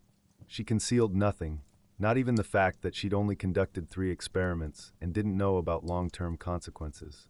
Benjamin listened attentively, sometimes nodding, sometimes asking questions. When Hermione finished, he was silent for several minutes, contemplating what he'd heard. And you'll transfer your emotions to me? He finally asked. Yes, Hermione answered honestly. Emotional imprints connected with the knowledge. Not full memories, but feelings. Benjamin slowly nodded. I agree. Are you certain? Hermione pressed. Benjamin, you're not obliged to do this. There are other ways of learning, other approaches. I know, the boy interrupted her. But, Mrs. Weasley, I've been trying for 2 years. 2 years of reading, memorizing, repeating. And I still get confused, forget, can't keep up with the others. If there's a chance this spell might help, I want to try. Hermione looked at him, at his earnest, hope-filled face, and felt determination fill her. This was precisely the case for which she'd created Doctransferio, to help. All right, she said. Let's try. The transfer went smoothly. Hermione transferred to Benjamin basic knowledge about magical plants, classification, properties, methods of care. Along with the knowledge came emotional imprints, her fascination with plants, the calm she felt working with them, satisfaction from understanding their magical nature. When the spell ended, Benjamin opened his eyes, wide, surprised. I know, he whispered. I know the names, properties. I understand. Not just memorized words, but real understanding. Neville, who'd been watching from the side, was smiling so broadly it seemed his face might split. "How are you feeling?" Hermione asked. "Good," Benjamin nodded. "A bit tired, but good." "Very good. Thank you, Mrs. Weasley." "Truly." Hermione smiled. "You're welcome. But remember, practice is still needed. The spell gave you the foundation, but experience only comes through work." "I understand," Benjamin nodded seriously. "I'll practice. I promise." When the boy left, Neville embraced Hermione. "Thank you," he said quietly. "You've just changed that boy's life." Hermione felt tears welling up in her eyes. "I hope for the better." "I'm certain of it," Neville smiled. That night, when Hermione returned home, she couldn't sleep for a long time. She lay in bed, staring at the ceiling, contemplating all the events of recent weeks. Doctransferio worked. It helped people, but at the same time, it carried enormous responsibility. She thought about the ethical questions Harry had raised, about the possibility of abuse, about how someone might use the spell for manipulation, for transferring not only knowledge, but fear, dependency, control. She thought about Benjamin, about how his eyes had lit up with hope, but also about how she'd transferred to him part of herself. Her emotions, her experience. It was intimate, almost vulnerable, and she suddenly realized she needed to do something to protect Doctransferio. Not only create limitations, but truly understand its nature. Try to minimize the emotional aspect, or at least learn to control it. The next morning, Hermione awoke with a new purpose. She decided to dedicate the following weeks to researching how emotional imprints worked in Doctransferio. Could they be filtered? Could pure knowledge be transferred without emotions? She conducted experiments on herself, tried to transfer knowledge to Ron whilst maximally suppressing emotions. But each time she tried to purify the knowledge, the spell became weaker. Less effective. The knowledge transferred, but it was empty, lifeless, as though trying to describe color to someone who'd never seen it. After a week of such experiments, Hermione finally understood. Emotions weren't a side effect of Doctransferio. They were its integral part, because true knowledge wasn't simply information. It was understanding born through experience. And experience was always emotional. If you removed emotions, knowledge became empty. Dead. Hermione sat in her study, looking at parchments filled with notes, and suddenly realized she couldn't make Doctransferio safe in the sense she'd wanted. She couldn't remove the intimacy, vulnerability, emotional connection. But she could teach people to respect it, to understand that transferring knowledge through Doctransferio wasn't simply a technical process. It was an act of trust, an act of openness. And that was precisely why the spell had to be used carefully, responsibly, with respect for both parties.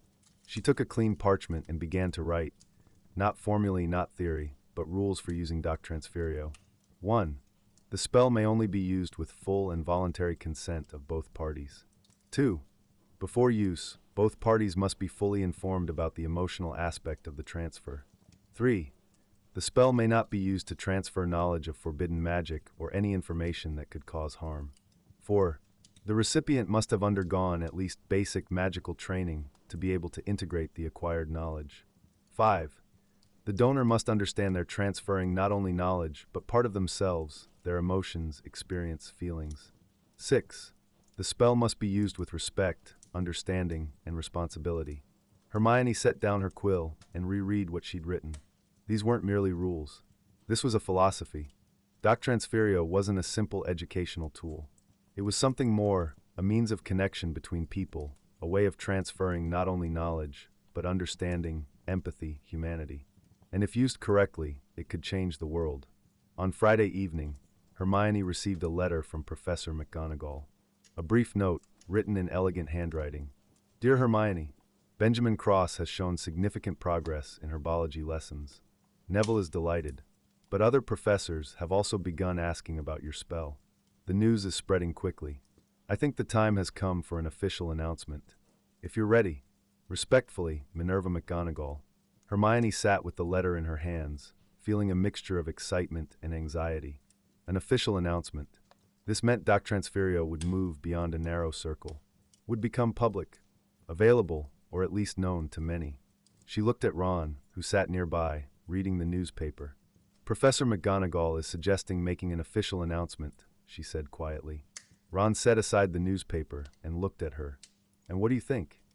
I'm afraid, Hermione admitted honestly. I'm afraid people won't understand. That they'll use the spell incorrectly. That something bad will happen. But you also believe in what you've created, Ron said gently. Otherwise you wouldn't have dedicated so much time to it. Hermione nodded. Yes, I believe. But belief doesn't remove responsibility. No, Ron agreed. But responsibility doesn't mean you have to keep it secret. Perhaps it's time to trust the world. Hermione was silent, contemplating his words. Finally, she nodded. All right, I'll make an official announcement. But on my terms. With rules, limitations, clear instructions. That sounds like you, Ron smiled. Hermione smiled in return, and took up her quill to write a response to Professor McGonagall. The time had come. Time to present Doctransferio to the world. The following week Hermione spent preparing for the presentation.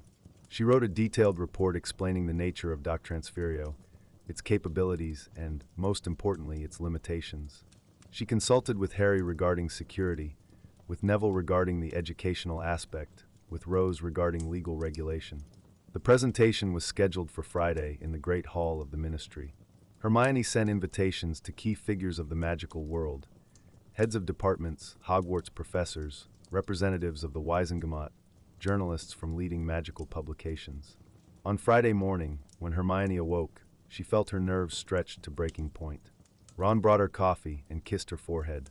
"You'll manage," he said quietly. "You always manage." Hermione smiled, but inside everything trembled. The great hall of the ministry was packed. Rows of chairs stretched to the very exit, and Hermione noticed with surprise that there weren't enough seats. Some people stood by the walls. Obviously, news of Minister Granger's mysterious new spell had spread farther than she'd expected. Hermione stood on a small platform, holding her speech notes.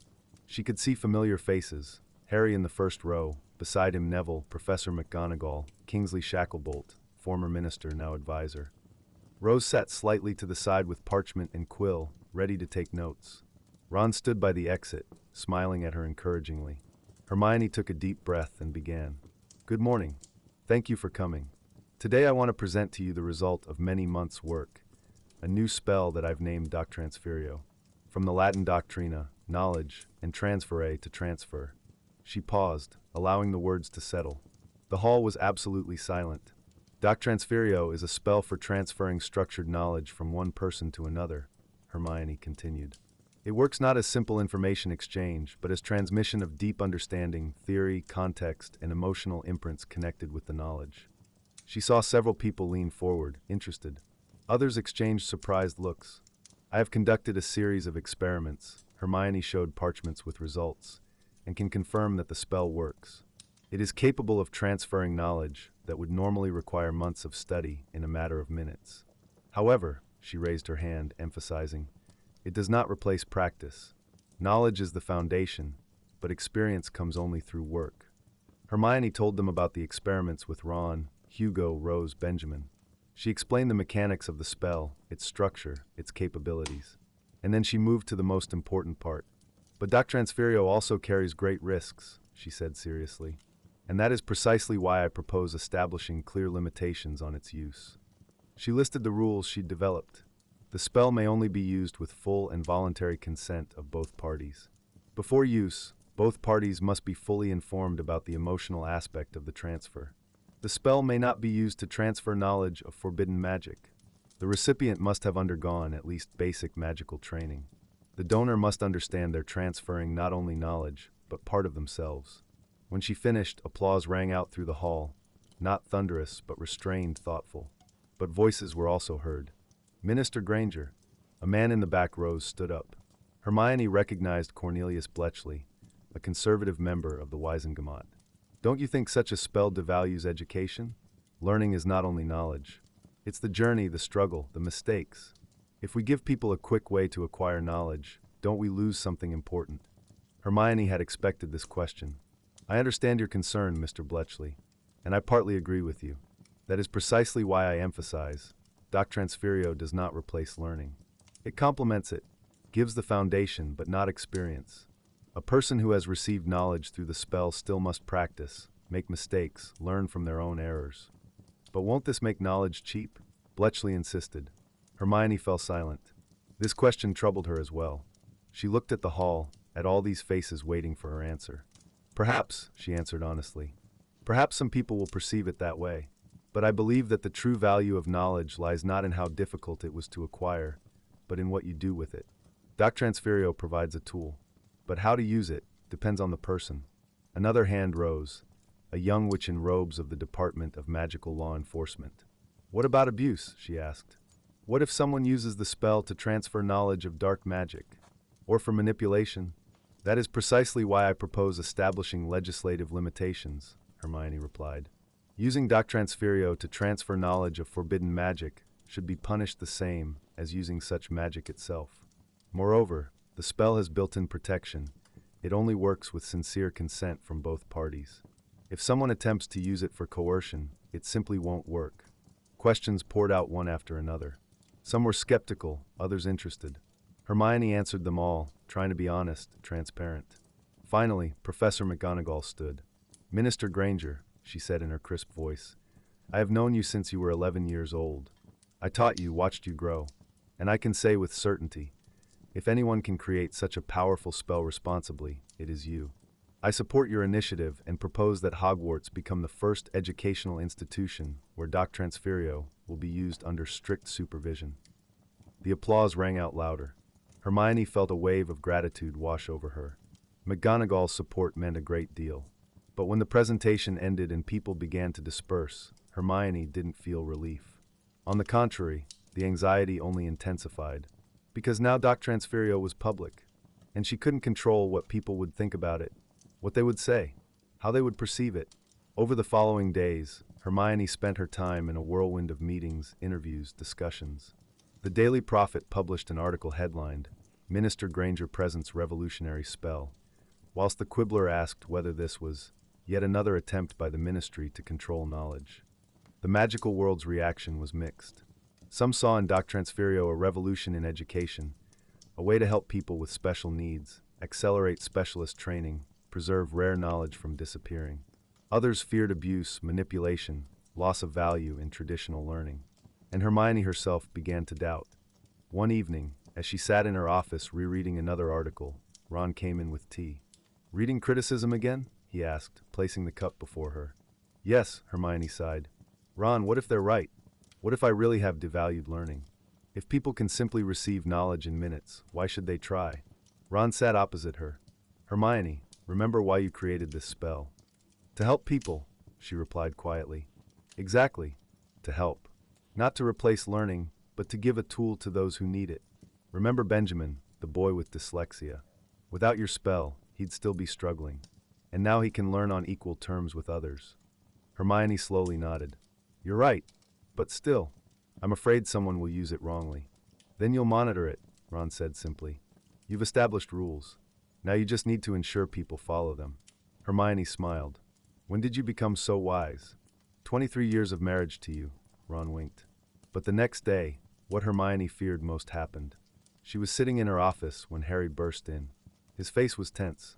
Hermione, we have a problem, he said without greeting. Hermione stood. What's happened? Someone tried to steal your research, Harry explained quickly. Last night someone broke into the ministry archives. The protective charms worked and the intruder escaped, but we know what he was looking for. All documents related to Doctransferio. Hermione felt cold run down her spine. Who was it? We don't know, but the Aurors are already searching. I came to warn you, this might not be the last attempt. Hermione sat, trying to calm her breathing. This was inevitable. She'd known someone might try to steal the information, but knowing theoretically and facing it in reality were two different things. What do you want to do? Harry asked. Strengthen protection, Hermione answered decisively. All documents about Doctransferio must be under lock and key. Access only with my permission. Already done, Harry nodded. But, Hermione, if this is someone desperate, they'll try again.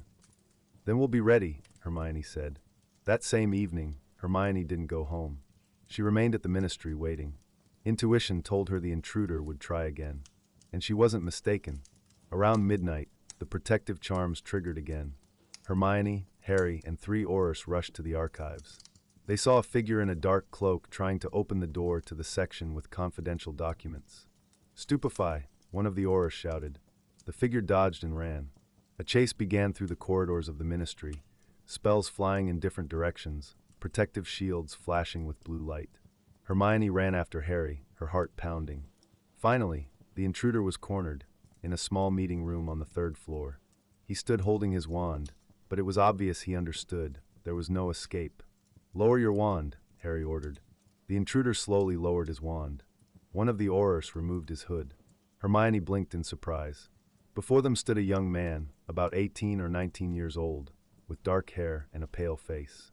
He looked not like an experienced thief, but like a student. Frightened, tired, desperate. "Who are you?" Harry asked. The boy was silent, staring at the floor. "Answer," Harry ordered sternly. "Theodore Carnes," the boy finally whispered. Hermione approached closer. "Why did you try to steal my research?" Theodore raised his gaze. There was so much despair in his eyes that Hermione involuntarily felt sympathy. I just wanted to learn," he said quietly. "To learn quickly. To become stronger." "Why?" Hermione asked gently. Theodore hesitated. Then words poured out in a stream. "My family, we have nothing. My father works in a shop with old junk. My mother's a cleaner. I finished Hogwarts last year, but couldn't find proper work. Everyone says I'm not qualified enough, don't know enough, and training takes years. Years I don't have." He paused, struggling with tears. "When I heard about your spell, I thought it was my chance. If I could learn quickly, if I became a powerful wizard, maybe then I'd find work. Maybe then I could help my family. Maybe then I'd become important." Hermione felt something tighten in her chest. She understood him. Understood the despair, the desire to prove one's worth, the fear of being worthless. "Theodore," she said quietly, "you tried to steal not just documents. You tried to steal a shortcut. A quick path to success. But that's not how it works." "Why?" the boy almost shouted. "Why doesn't it work? You created a spell that gives knowledge." "I created a spell that gives foundation," Hermione explained patiently. "Understanding, but not experience, not wisdom, not the value you're seeking." She came closer, looking into his eyes. "Theodore, knowledge without context is empty. Knowledge acquired without struggle, without mistakes, without the journey you take yourself, it doesn't make you stronger. It simply is. Like a book on a shelf you've never opened." Theodore was silent, but Hermione could see her words were reaching him. "Your value," she continued, "isn't in how much you know, but in who you are, how you use what you have. You think quick knowledge will make you important, but it will only give you a tool. And how you use it depends on you, on your character, your persistence, your desire to learn." Theodore slowly sank into a chair, covering his face with his hands. "I just wanted to help my family," he whispered. "I know," Hermione said gently, "and that's noble. But theft isn't the way. Theodore, if you truly want to learn, there are proper ways. Course, apprenticeship, mentorship. It takes time, but it makes you a real professional. Not just a person with a set of knowledge." Harry approached. "You understand we have to arrest you?" Theodore nodded without raising his head. But Hermione raised her hand. "Wait, Harry." She looked at the boy sitting before her, frightened, disappointed, tired, and suddenly saw herself in him. A Muggle-born girl desperately trying to prove she deserved to be in the magical world. "Theodore," Hermione said quietly, sitting on the edge of the table to be at eye level with the boy. "How old are you?" 17, he whispered without raising his eyes. 17, Hermione repeated. She remembered herself at 17, during the hunt for Horcruxes, when each day could be the last. She remembered the desperate desire to prove she was strong enough, clever enough, good enough. "I want to make you a proposition." Theodore finally raised his head. There was so much surprise in his eyes that Hermione felt a pang of pity. "You committed a crime," she began. "Attempted break-in at the Ministry of Magic is a serious crime. There must be punishment for that." Theodore's shoulders dropped. "But," Hermione continued, "I see that you did this not from anger or greed. You did this from despair. Therefore, I propose the following. Instead of Azkaban, you'll work 6 months of community service. At the Ministry, under my supervision." Theodore stared at her as though not believing his ears. "What? You'll help me," Hermione explained. "With research, with documentation, with organization. And in the process, you'll learn. Not through Doctransferio, but truly, through work, through experience, through mistakes and correcting them." "But why?" Theodore asked, stunned. "Why do you want to help me?" Hermione smiled, sadly but warmly. Because many years ago, I too was a girl desperately trying to prove my worth. I too was afraid of being not good enough. And if someone had given me a second chance instead of punishment, then perhaps my path would have been easier. I believe people deserve second chances, especially young people who simply didn't know a better way. Theodore looked at her, and suddenly his eyes filled with tears. He quickly wiped them away, but Hermione saw. "Thank you," he whispered, his voice trembling. I don't know what to say. Thank you. Say you agree," Hermione replied, "and that you'll never try to steal again. Not knowledge, not anything else. That you'll seek honest paths." "I agree," Theodore nodded quickly. "I promise. Never again." Harry approached closer to Hermione when Theodore was led out by Aurors to process documents. "Are you certain?" he asked quietly. "Hermione, he tried to steal your research. This isn't just petty theft." "I'm certain," Hermione nodded. "Harry, he reminded me of myself. How many times did we do something desperate because we saw no other way out? How many times were we given second chances?" Harry fell silent, considering her words, then slowly nodded. "You're right, but if he tries something similar again, then I'll personally deliver him to Azkaban," Hermione replied firmly. "But I believe he deserves a chance to prove himself." Ron embraced her shoulders. "You always see in people better than they see in themselves," he said warmly. "That's why you're wonderful." The days following the incident with Theodore passed in a whirlwind of thoughts and decisions. Hermione had to negotiate with the Committee of Magical Justice, convince Aurors that her decision wouldn't prove too lenient. But she was unwavering. Theodore Carnes began his community service at the ministry the following Monday. He appeared at 8 in the morning, neatly dressed, with anxiety in his eyes but determination in every movement. Hermione met him at the entrance to her office. "Good morning, Theodore," she greeted. "Good morning, Minister," he replied quietly. "Call me simply Hermione during work," she said, opening the door. "It will be easier. Come in." She led him to a small work desk that had been specially arranged in the corner of her office. On the desk already lay stacks of parchments, books, research notes. "This is all related to Doctransferio," Hermione explained. "My notes, experiments, theoretical developments. Your task is to help me systematize this, create a complete archive. This will give you the opportunity to understand how the process of creating a new spell truly works. Not quickly, not easily, but slowly, step by step, through labor." Theodore approached the desk, carefully took one of the parchments. His eyes widened when he saw complex magical formulae, diagrams, annotations in the margins.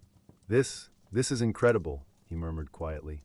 "This is work," Hermione gently corrected. "A lot of work. Months of attempts and mistakes. Disappointment. Moments when I wanted to give up everything." Theodore looked at her. "But you didn't give up." "No, Hermione Ismail. I didn't. Because the most valuable thing in creating something new isn't the result. It's the journey. Everything you learn along the way." They worked together for the next few hours. Hermione showed Theodore how to read her notes, how to understand the logic of experiments, how to see connections between different attempts. The boy proved an attentive listener. He asked questions, made his own notes, truly tried to understand. By noon, Hermione felt she'd made the right choice. Theodore wasn't a brilliant wizard, but he had something more valuable, genuine curiosity and willingness to learn. But that evening, when Hermione returned home, she didn't feel relief. The incident with Theodore raised questions she'd tried not to ask herself openly. She sat in her home study, looking at parchments with notes about Doctransferio. Outside the window, darkness was falling. Autumn wind shook the last leaves from the trees. Ron entered with 2 cups of hot chocolate. "Worrying again?" he asked gently, handing her a cup. "He wanted to steal knowledge, Ron," Hermione said quietly. "A boy of 17 thought quick knowledge would make him somebody, that it would give him value. But you explained to him that's not how it works," Ron reminded her. "Yes, but how many more like him are there?" Hermione turned to her husband. "How many people will see in Doctransferio not a tool for easing learning, but a shortcut? A quick path? A way to bypass real work?" Ron sat in the chair opposite. "You're afraid your spell will devalue learning." "Yes," Hermione admitted. "Ron, Bletchley was right at the presentation. Learning isn't only knowledge. It's the journey, the struggle, mistakes, moments when you want to give up but continue. That's what makes us stronger. And Doctransferio, what if it takes away this journey?" Ron was silent for several minutes, drinking his hot chocolate. Then he set down the cup and looked at Hermione seriously. "Do you remember why you created this spell?" he asked. Hermione hesitated. To create the opposite of Obliviate. To build connections instead of destroying them. Exactly, Ron nodded.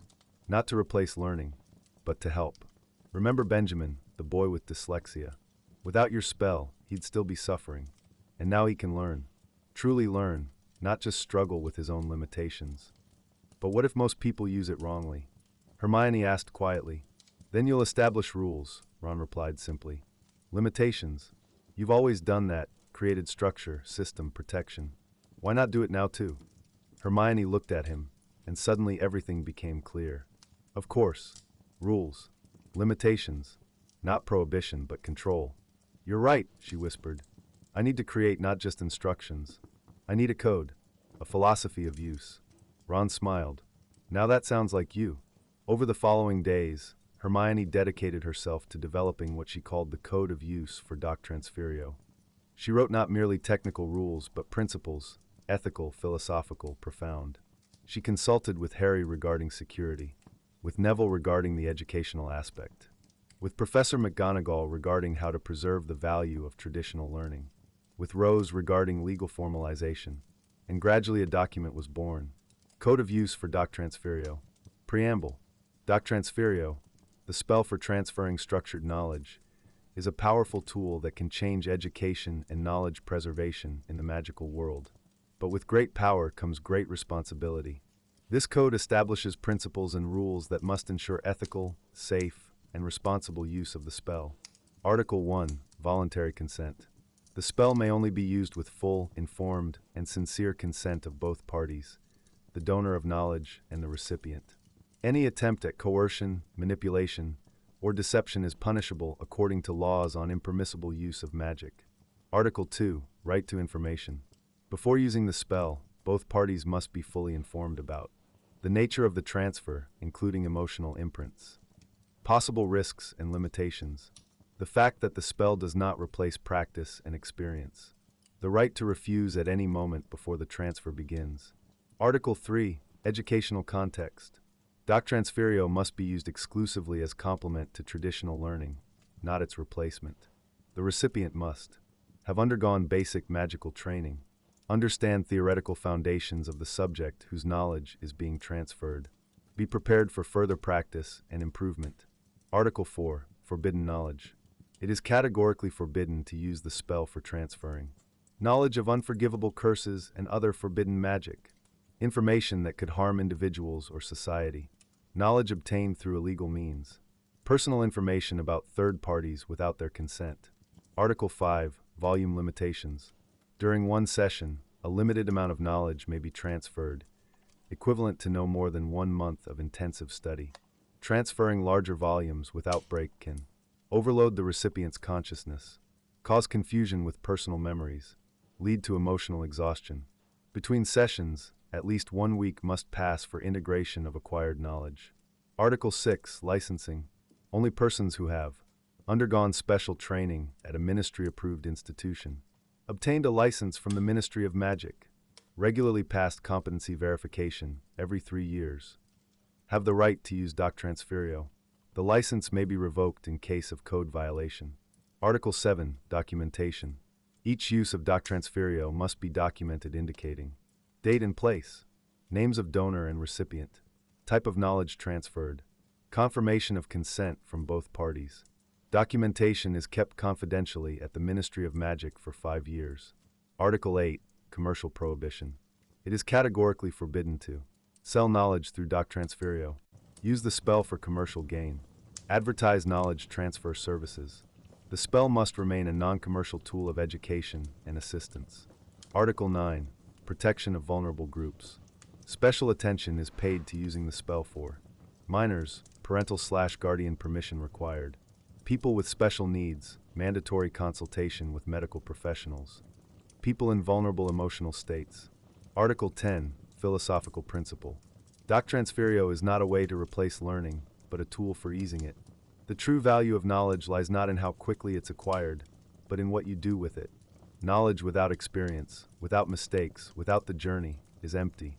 This spell provides foundation, but building always remains with the person. Hermione finished writing and set down her quill. She reread the document 3 times, making minor corrections. When she was satisfied, she called Rose.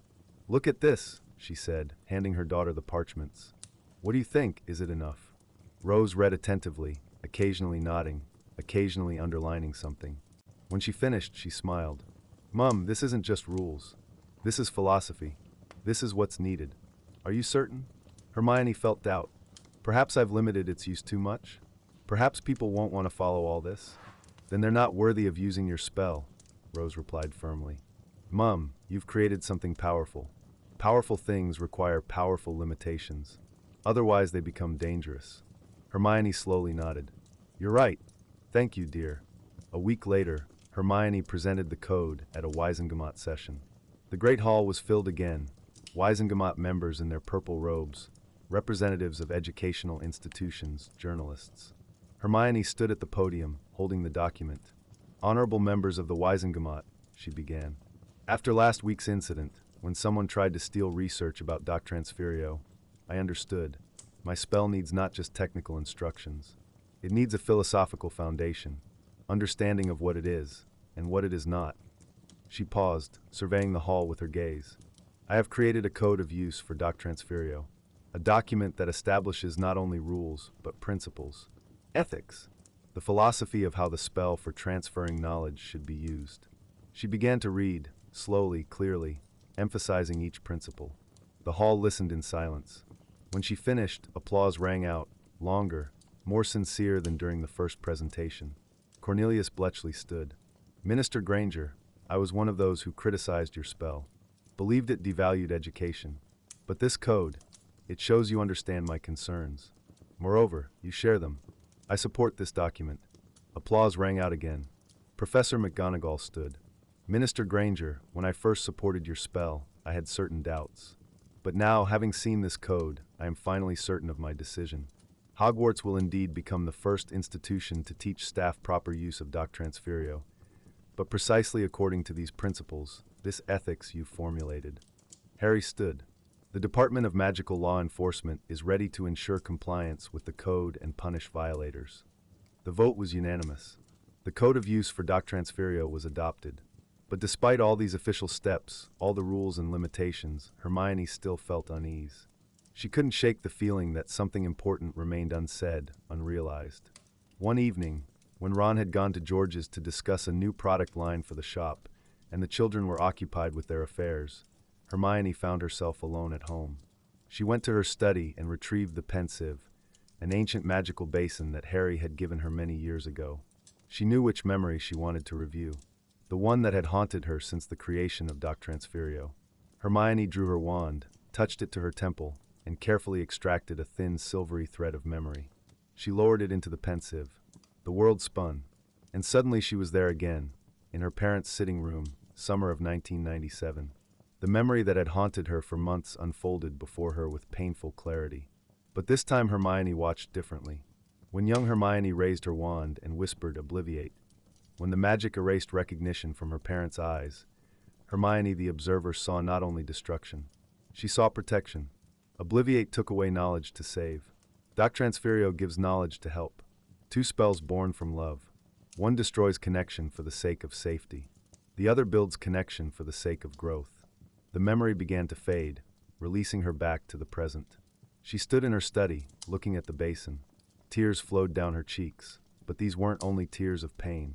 These were tears of understanding, reconciliation. She approached the desk and took out her personal diary, the one she showed no one. Opened it to a clean page and began to write. October 30th, 2025. Today I reviewed a memory I'd avoided for many years. The day I used Obliviate on my parents. Throughout all these years I carried this memory as a burden, as guilt, as proof that I'd done something terrible, even if it was necessary. But today, reviewing it through the prism of Doctransferio, I understood something important. Obliviate took from them knowledge of me to save them. Doctransferio gives knowledge to help others. Both spells are about love, about the desire to protect, to help, to make the world better. Perhaps I created Doctransferio, not only to leave a legacy. Perhaps I created it to rethink what I did then, to find a way to build instead of destroying, to give instead of taking. Obliviate and Doctransferio, two sides of one coin. both about power over memory and knowledge, but not power for control's sake, power for love's sake. I cannot change the past, cannot return to my parents' memories of the Hermione I was at 17, but I can use what I've learned to create something new, something that will help others not feel the pain I felt. Doctransferio is my reconciliation, not through changing the past, but through rethinking it. Knowledge isn't only information, it's connection. Between people, between generations, between past and future. And now I understand that my true legacy isn't the spell itself, but the philosophy behind it, understanding that knowledge without love is empty, that magic without ethics is dangerous, that power without responsibility is destructive. I don't know if the world will change through Doctransferio, don't know if people will use it correctly, don't know if the code is enough to protect against abuse. But I know one thing, I've done everything I could. I've created not only a spell, but a philosophy. Not only a tool, but an ethic. And perhaps that's the best legacy I could leave. Hermione closed the diary and set down her quill. She felt something new, not relief, not triumph, but peace. The deep, quiet peace of someone who had finally reconciled with their past. Outside the window, rain began to drizzle. Drops tapped quietly on the glass, creating a soothing melody. Hermione approached the window and looked at the garden, where autumn trees swayed in the wind. She remembered Professor McGonagall's words. The best discoveries aren't found in books. They're born from experience. Doctransferio was born from her most painful experience, from the moment she'd been forced to take from her parents' memory of herself. And now it had transformed into something more, a way to build bridges instead of destroying walls. The sound of apparition came from the gate. A moment later the door opened and Ron entered, shaking raindrops from his hair. The rain picked up, he said, removing his wet cloak. Barely made it to the gate.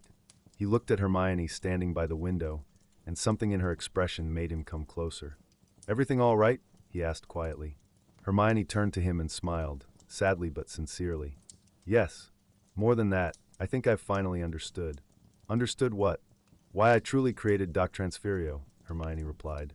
"Not for fame, not for legacy, but to reconcile with what I did long ago. To find a way to build instead of destroying." Ron embraced her. "You've always built," he said quietly, "even when you thought you were destroying. Remember how you erased your parents' memory? You considered it destruction, but actually you saved them. You've always saved, Hermione. That's who you are." Hermione felt tears welling up again, but this time she didn't hold them back. She simply stood in her husband's embrace, listening to the rain whisper outside the window, and allowed herself to feel everything: pain, love, reconciliation. The next morning, Hermione awoke with a new sense of clarity. She knew what she had to do next. At breakfast she told Ron, "I want to write a book." Ron looked up from his plate of scrambled eggs. "A book? About what?" "About Doctransferio," Hermione explained. "But not just a technical manual. A philosophical treatise. About the value of learning. About how knowledge without context, without experience, without the journey, is empty. About how true magic isn't in spells, but in understanding how and when to use them." Ron smiled. "That sounds ambitious." "Yes," Hermione agreed, "but I feel it's needed. The code establishes rules. But a book can explain why. Can help people understand not only how to use the spell, but what it exists for. What philosophy it carries. What do you want to call it?" Ron asked. Hermione pondered for a moment. "Doctransferio, ethics of knowledge transfer," she finally said. "Or perhaps something simpler. Something that reflects the essence. Knowledge in the journey. Or the value of learning in a world of quick knowledge." "The first title is better," Ron said. "Doctransferio, ethics of knowledge transfer. Sounds serious. Academic. Just what's needed." Hermione nodded. "Yes, I think you're right."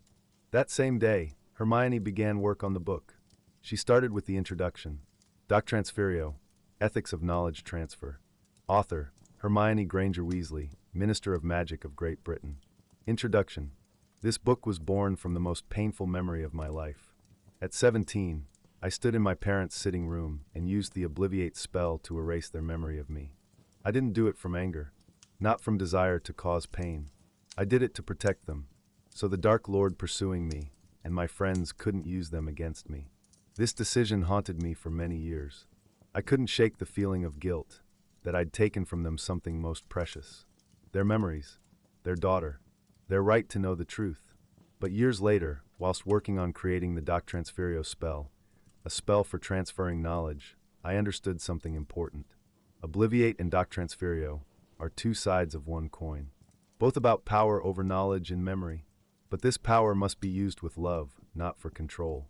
Obliviate took away knowledge to protect. Doctransferio gives knowledge to help, both born from the desire to make others' lives better. But power over knowledge is great responsibility, and that is precisely why I decided to write this book. Doctransferio isn't simply a magical tool. It's a philosophy, understanding that knowledge isn't a commodity that can be bought or stolen. It's connection, between people, between generations, between experience and understanding. In this book, I want to explore not only technical aspects of the spell, but ethical, philosophical, human ones. I want to talk about what makes knowledge valuable, why learning isn't only assimilating information, but a journey, why mistakes are as important as successes, why speed doesn't always mean effectiveness. This book is for those who want to understand not only how to use Doctransferio, but what it exists for. For those who understand that true magic isn't in the power of spells, but in the wisdom of their application. For those seeking not shortcuts, but paths. Welcome to the journey of understanding. Hermione set down her quill and reread what she'd written. It was honest, vulnerable, personal, exactly as it should be. She felt something finally release inside her, as though some knot tied many years ago had finally come undone. Doctransferio wasn't simply a spell. It was her journey. From pain to understanding, from guilt to reconciliation, from destroying to building. And now, as she began writing the book, this journey received its finale. Not an end, but completion. The circle closed. Weeks turned into months. Hermione wrote every evening, after work, when the children were already asleep and Ron read by the fireplace or helped her, listening to another chapter and giving his comments. Theodore Carnes continued working at the ministry. He proved a diligent assistant, meticulous, inquisitive, ready to learn. Hermione watched him gradually change. How confidence replaced despair. How understanding came through work, not through quick shortcuts.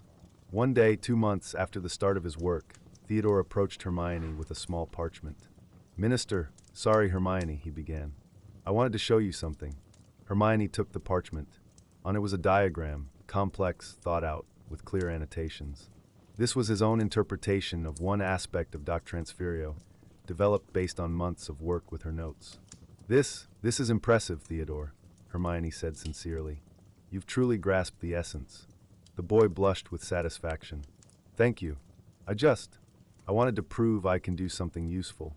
Not through quick knowledge, but through work." Hermione smiled. "You've already proved it.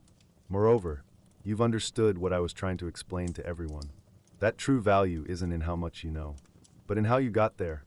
Theodore looked at her, and there was something new in his eyes. Not despair, not fear, but confidence. "I want to continue working here," he said quietly. "Not because I have to serve out punishment, but because I truly want to learn. Properly." "Then welcome to the team," Hermione said. "After the end of community service, I'll be happy to accept you as official assistant." Theodore's eyes lit up. "Seriously?" "Seriously," Hermione nodded. "You've earned it." By year's end, the book was nearly complete. Hermione wrote about the philosophy of knowledge, about the ethics of magic, about the responsibility of those who possess power. She wrote about her experience, not hiding the pain, not embellishing mistakes. She wrote honestly, and somewhere in the writing process, she understood this wasn't just a book about Doctransferio.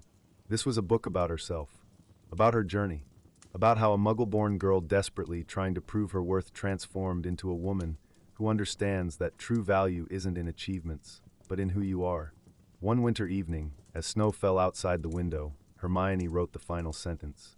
"True legacy isn't what we leave behind. It's what we teach others. Not through transferring knowledge, but through example. Example of how to live with wisdom, ethics, and love. And perhaps that's the most valuable knowledge of all, that which cannot be transferred by any spell, which can only be shown and hoped that others will see." She set down her quill and looked at the stack of parchments on the desk. The book was ready. "Ron," she called. "Come here." Ron appeared in the study doorway, holding a cup of hot cocoa. "What's happened?" "I've finished," Hermione whispered, and there was so much emotion in her voice that Ron immediately understood. He set down the cup, approached, and embraced her. "I'm proud of you," he said quietly. Always have been, but now especially. Hermione hugged him back, feeling tears of joy flow down her cheeks. She'd done it. Created not only a spell, but a philosophy. Not only a tool, but an ethic. Not only a discovery, but a legacy. Outside the window, snow continued to fall, covering the world with a white blanket. In the fireplace, logs crackled. Somewhere upstairs, the children's voices could be heard, laughing at something. Everything was calm, peaceful, right. And for the first time in many months, Hermione felt she'd finally found what she'd been seeking. Not in books, not in spells, but in herself. The peace of someone who had reconciled with their past and was ready for the future. Spring 2026 arrived with warmth and renewal. Through the windows of Hermione's office, rays of May sunshine penetrated, painting gold across the stacks of parchments on her desk. But amongst the usual ministerial documents now lay something else. A freshly printed copy of a book in dark blue binding with gold lettering. Doctransferio, Ethics of Knowledge Transfer. Hermione Granger-Weasley. Hermione touched the cover, feeling the texture of expensive paper. Obscurus Books had done excellent work. The book looked solid, academic, yet approachable. Exactly as she'd wanted. Minister, Theodore Carnes appeared in the doorway, holding a pile of letters. The new post has just arrived. Most of it, reviews of the book. Over 6 months, Theodore had changed beyond recognition. He was no longer that frightened boy caught attempting theft. Now he walked with his head held high, spoke confidently, and his eyes shone with interest in his work. "Thank you, Theodore," Hermione smiled, accepting the letters. "How's your work with the archive?" "Nearly finished," he replied proudly. "I've systematized all the experiments by dates and types of knowledge. Now anyone will be able to trace the entire path of Doctransferio's creation." "Wonderful," Hermione nodded. "You've done incredible work." Theodore flushed with satisfaction, but then his face became serious. "Hermione, I wanted to say, my term of community service ends next week. And I truly want to stay, if you're still willing to have me." Hermione stood and approached him. "Theodore, you haven't been working here as punishment for a long time. You're a member of the team, and I'll be happy if you stay." The boy's eyes gleamed. "Thank you, truly." When Theodore left, Hermione sat down and began reading the letters. The first was from a Durmstrang professor writing that the book had changed his approach to teaching. The second, from the mother of a student with special needs, thanking her because Doctransferio had helped her son finally feel equal amongst his peers. The third, from a young witch who confessed the book had helped her understand that slow learning wasn't failure, but valuable experience. Hermione read and felt warmth spreading through her chest. This was precisely what she'd done it all for. A week later, Hermione was to give a lecture at Hogwarts. Professor McGonagall had personally invited her to conduct an open lecture for staff and senior students about the ethics of using Doctransferio. When Hermione entered the Great Hall, she felt a wave of nostalgia. How many times had she sat here at the Gryffindor table, eating, laughing, learning? Now she stood at the podium, looking at a sea of faces, students, professors, even several graduates who'd come specially to listen. "Good afternoon," Hermione began, and her voice rang out clearly in the hall's silence. "Thank you for coming. Today I want to talk not about how Doctransferio works. You can read about that in the book. I want to talk about why it exists, and why it's important to use it correctly." She told them about her journey creating the spell, about the pain from which it was born, about Theodore, who'd tried to steal knowledge because he thought it would give him worth, about Benjamin, whom the spell truly helped, about how knowledge without context, without experience, without the journey was empty. "Doctransferio isn't a magic wand," she said.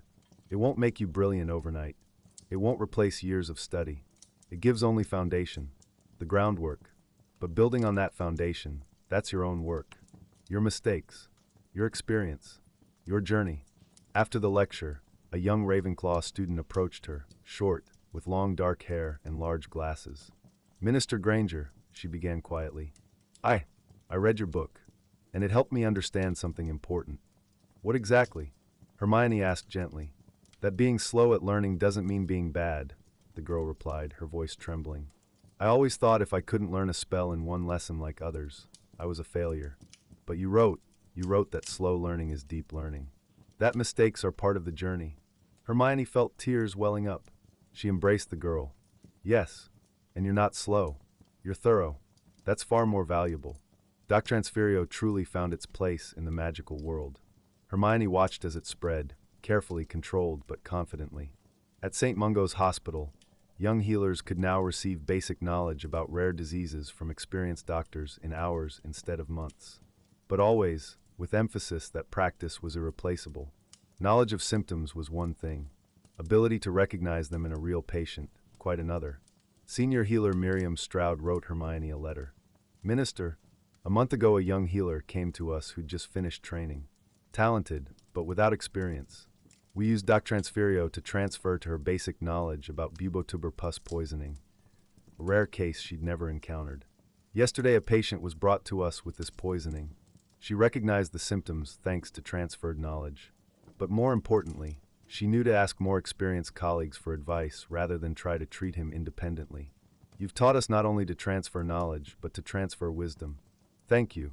At Hogwarts, the new charms professor, a young wizard named Cormac Vasey, who'd taken Professor Flitwick's place after his honorable retirement, began an experimental program for students with special needs. Once per term, with parental consent and ministry permission, he used Doctransferio to help those for whom traditional learning came hard. Benjamin Cross, that same boy with dyslexia, now studied in 6th year Hufflepuff and showed excellent results. Professor Longbottom said he had talent for herbology and planned to take him as assistant after graduation. And in families, Doctransferio became something more than simply an educational tool. Parents transferred to children not only knowledge of magic, but understanding, support, love. Hermione received a letter from a witch named Celeste Woods. Minister, my daughter was born blind. Magic couldn't help her. She learned to read Braille, but always felt she was losing something, not seeing facial expressions, colors, the world as others see it. A month ago, I used Doctransferio. I transferred to her not knowledge, but my memories of colors, of what a sunset looks like, how a spring garden blooms, how people you love smile. She cried, not from sadness, from joy, because now she understands. Doesn't see, but understands. You gave her the world. Thank you. Reading this letter, Hermione sat motionless for a long time, allowing tears to flow down her cheeks. This was precisely what she'd created the spell for. Not for quick learning, not for legacy, but to build bridges between people. One June evening, when Hermione returned home after a long working day, she found Hugo in the sitting room. He sat on the sofa, reviewing his study notes from Hogwarts. He'd just returned home for summer holidays after finishing 6th year. On his face was a smile, satisfied but slightly thoughtful. "Hello, Mum," he said when she entered. "Hello, darling." Hermione sat beside him. "How was your year at Hogwarts?" "Wonderful," Hugo nodded. "Professor Longbottom says I have talent for herbology. Even offered me to help with his research in final year." "That's wonderful news." Hermione rejoiced sincerely. They were silent for a while, watching the fireplace where logs crackled quietly. "Mum," Hugo suddenly said, "I wanted to thank you." Hermione looked at him in surprise. "For what?" "For Doctransferio," he replied. "But not the way you think." He turned to her, and in his eyes was a maturity Hermione hadn't noticed before. "When you transferred transfiguration knowledge to me, I thought it would simply help me learn better," Hugo continued. "And it truly helped. But the most valuable thing wasn't in the knowledge, but in what I felt along with it." "What exactly?" Hermione asked quietly. "Your fear," Hugo replied simply. "When you were learning, you were afraid of making mistakes too. Afraid of not being good enough. And that helped me understand that making mistakes is normal. That even you, the cleverest which I know, were afraid too. And kept going anyway." He paused, gathering his thoughts. "So thank you. Not for knowledge, but for showing that fear and mistakes are part of the journey. That you don't need to be perfect. You just need to keep going." Hermione felt something warm spreading through her chest. She embraced her son. "You understood exactly what I wanted to convey. Not to everyone, but to you, my son." They sat like that for several minutes, embracing, in the soft evening light. The following week, one hot July day, Hermione sat in her office when Ron entered with 2 bottles of cold beer and a mischievous smile. "Thought you could use a rest," he said, placing a bottle before her. "You worked too much." Hermione smiled and took the bottle. "Thank you. You're right. Today was a mad day." They sat in silence for several minutes, drinking beer and enjoying the coolness. "You know," Ron suddenly said with a smile, "I've just thought of something funny." "What?" You always wanted to change the world through books, Ron laughed. And now you're changing it through magical books and heads. Hermione blinked, then laughed too. Magical books and heads. God, how accurate. You were always a bookworm, Ron continued. Now you've just found a way to upload books directly into people's brains. Technically, it's not quite like that, Hermione began, but Ron raised his hand. I know. Knowledge, experience, emotional imprints. But the essence remains. You found a way to share what you love most, knowledge. Hermione fell silent, contemplating his words. You're right, she finally said. But most importantly, not the spell itself, but what it symbolizes. What exactly? Understanding the value of knowledge, Hermione replied. That knowledge isn't a commodity, not something you can steal or buy. It's connection. Between people, between generations, between experience and understanding. Ron looked at her warmly. Now that sounds like the real Hermione. She smiled. True legacy isn't the spell, but the philosophy behind it. And if even a few people understood that, I've done everything right. Ron raised his bottle. To legacy. Hermione raised hers. To legacy beyond measure. They clinked bottles, and the sound rang out like a quiet bell in the summer silence. August was hot and sunny. Hermione took a week's holiday, the first in 2 years, and decided to do something she'd been thinking about for many months. Travel to Australia. To her parents. After the war, when everything ended, Hermione found them. Mr. and Mrs. Granger, who under the names Wendell and Monica Wilkins lived as dentists in Melbourne, dreaming of quiet life under the sun. She restored their memory, returned to them memories of a daughter named Hermione. It was difficult, painful. They cried, and she cried with them. But they forgave, understood, and though something between them changed forever, love remained. Now, almost 30 years later, they lived in a cozy house on the coast, enjoying retirement and grandchildren who visited them every summer.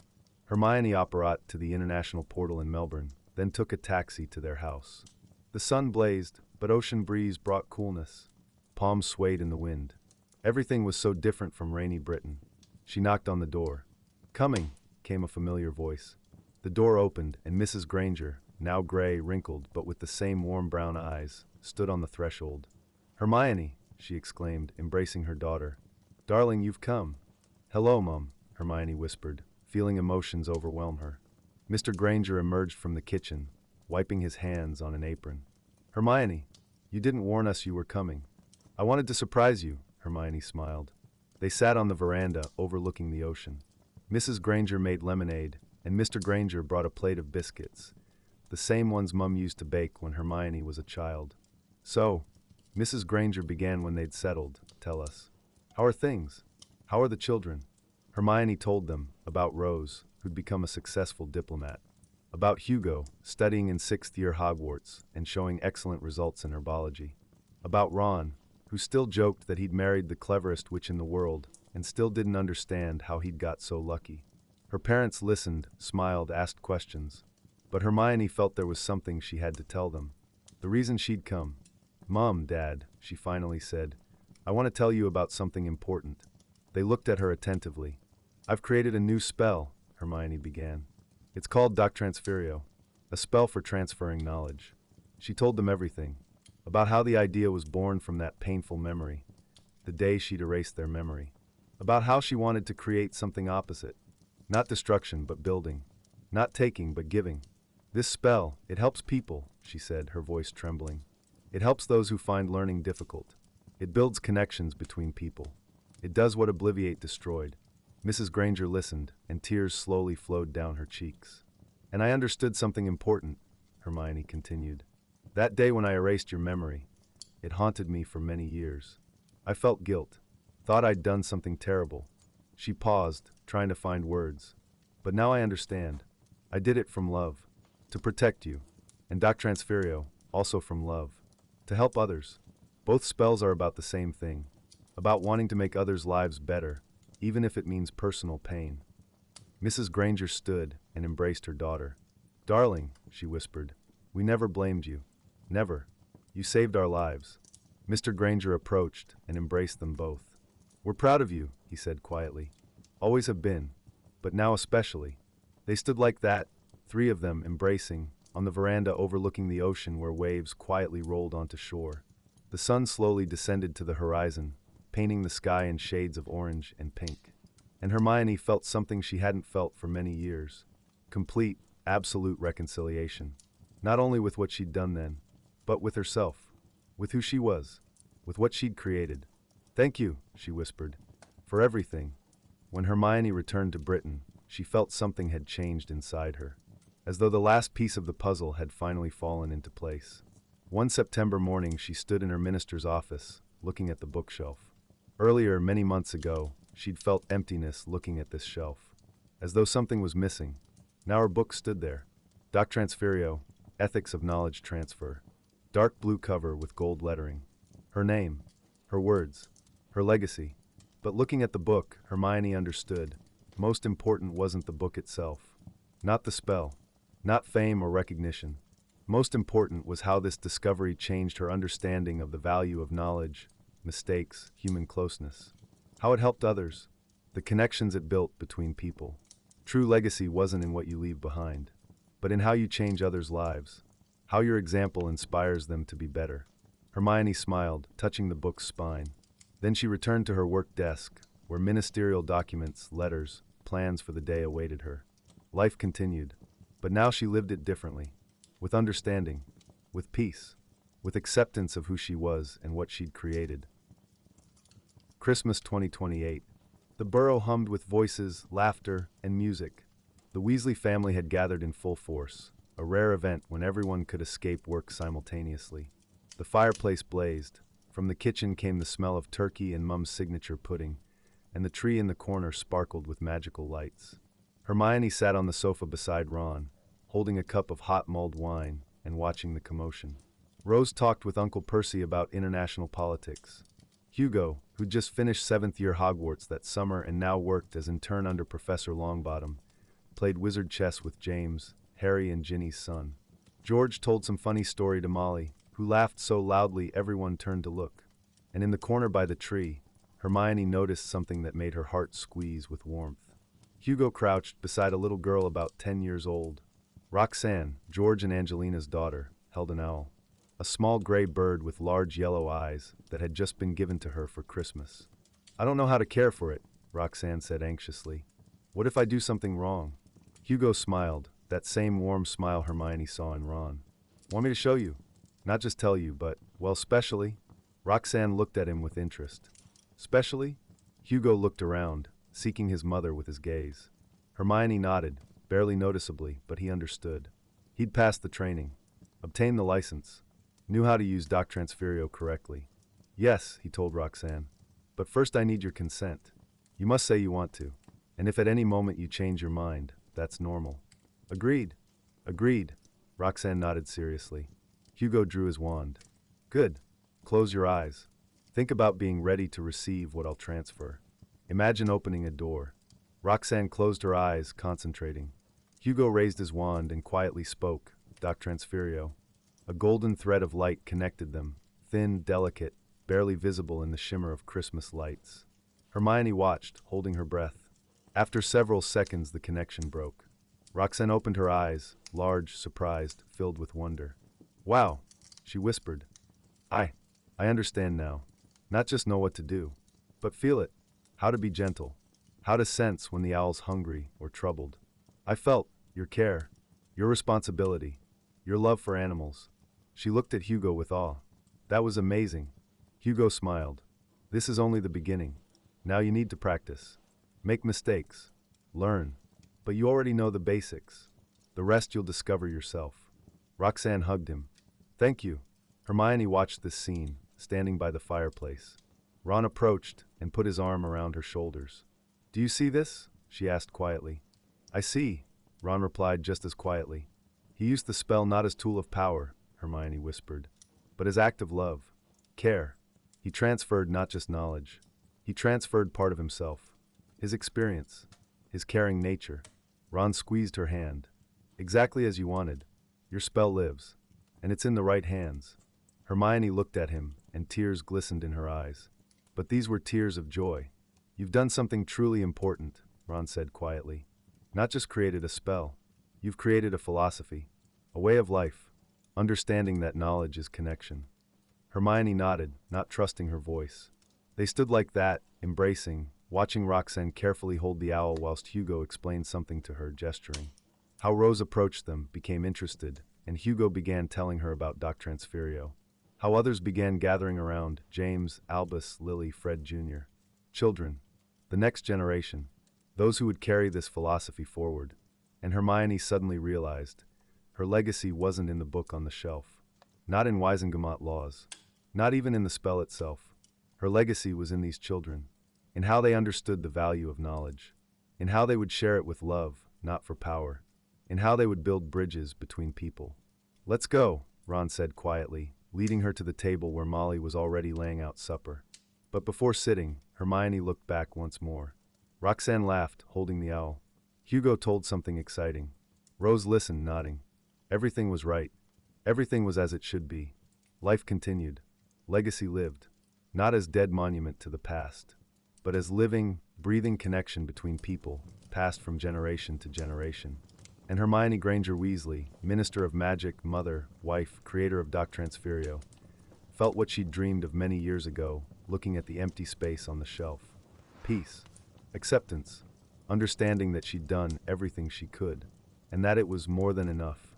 Late in the evening, when most guests had already left and the children slept by the fireplace under a soft blanket, Hermione stood by the burrow's window, looking at the starry sky. Ron approached from behind, embraced her. "What are you thinking about?" he asked quietly. Hermione smiled. "About what I searched for many years ago. About the empty space on the shelf. About legacy.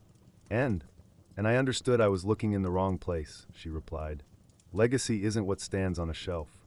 It's what lives in people, in their hearts, in their understanding, in their ability to share knowledge with love." She turned to him. "You know what's most wonderful? I created Doctransferio to reconcile with Obliviate, to find a way to build instead of destroying. But actually I was seeking a way to reconcile with myself, to accept who I am, to understand that my worth isn't in achievements, but in how I affect others' lives." Ron kissed her forehead. "And you do, every day, on me, on the children, on everyone who reads your book, on everyone who uses your spell correctly. Thank you," Hermione whispered, "for always being there, for believing in me, even when I stopped believing in myself." "Always," Ron replied simply. "Always will." They stood like that, embracing, in the silence of Christmas night. Outside the window light snow fell, covering the world with a white blanket. In the fireplace, logs burned down. Somewhere far away the chime of midnight bells rang out. The old year departed. The new arrived. Life flowed in its course. And Hermione stood in her husband's embrace and felt what she'd sought so long.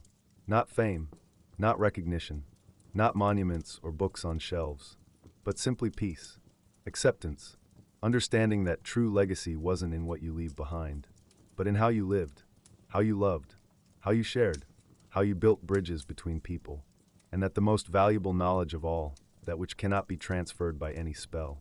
Knowledge that being human means making mistakes, learning, growing, and that true magic isn't in power, but in wisdom. Not in speed, but in the journey. Not in achievements, but in connections. Hermione smiled, looking at the starry sky. Her journey was complete. Not the end, but completion. The circle closed, and she was ready for what came next. Ready to live, to love, to share, to build. Ready to be simply Hermione. Not minister, not war heroine, not creator of a great spell. Simply Hermione. Wife, mother, friend, human being. And that was more than enough.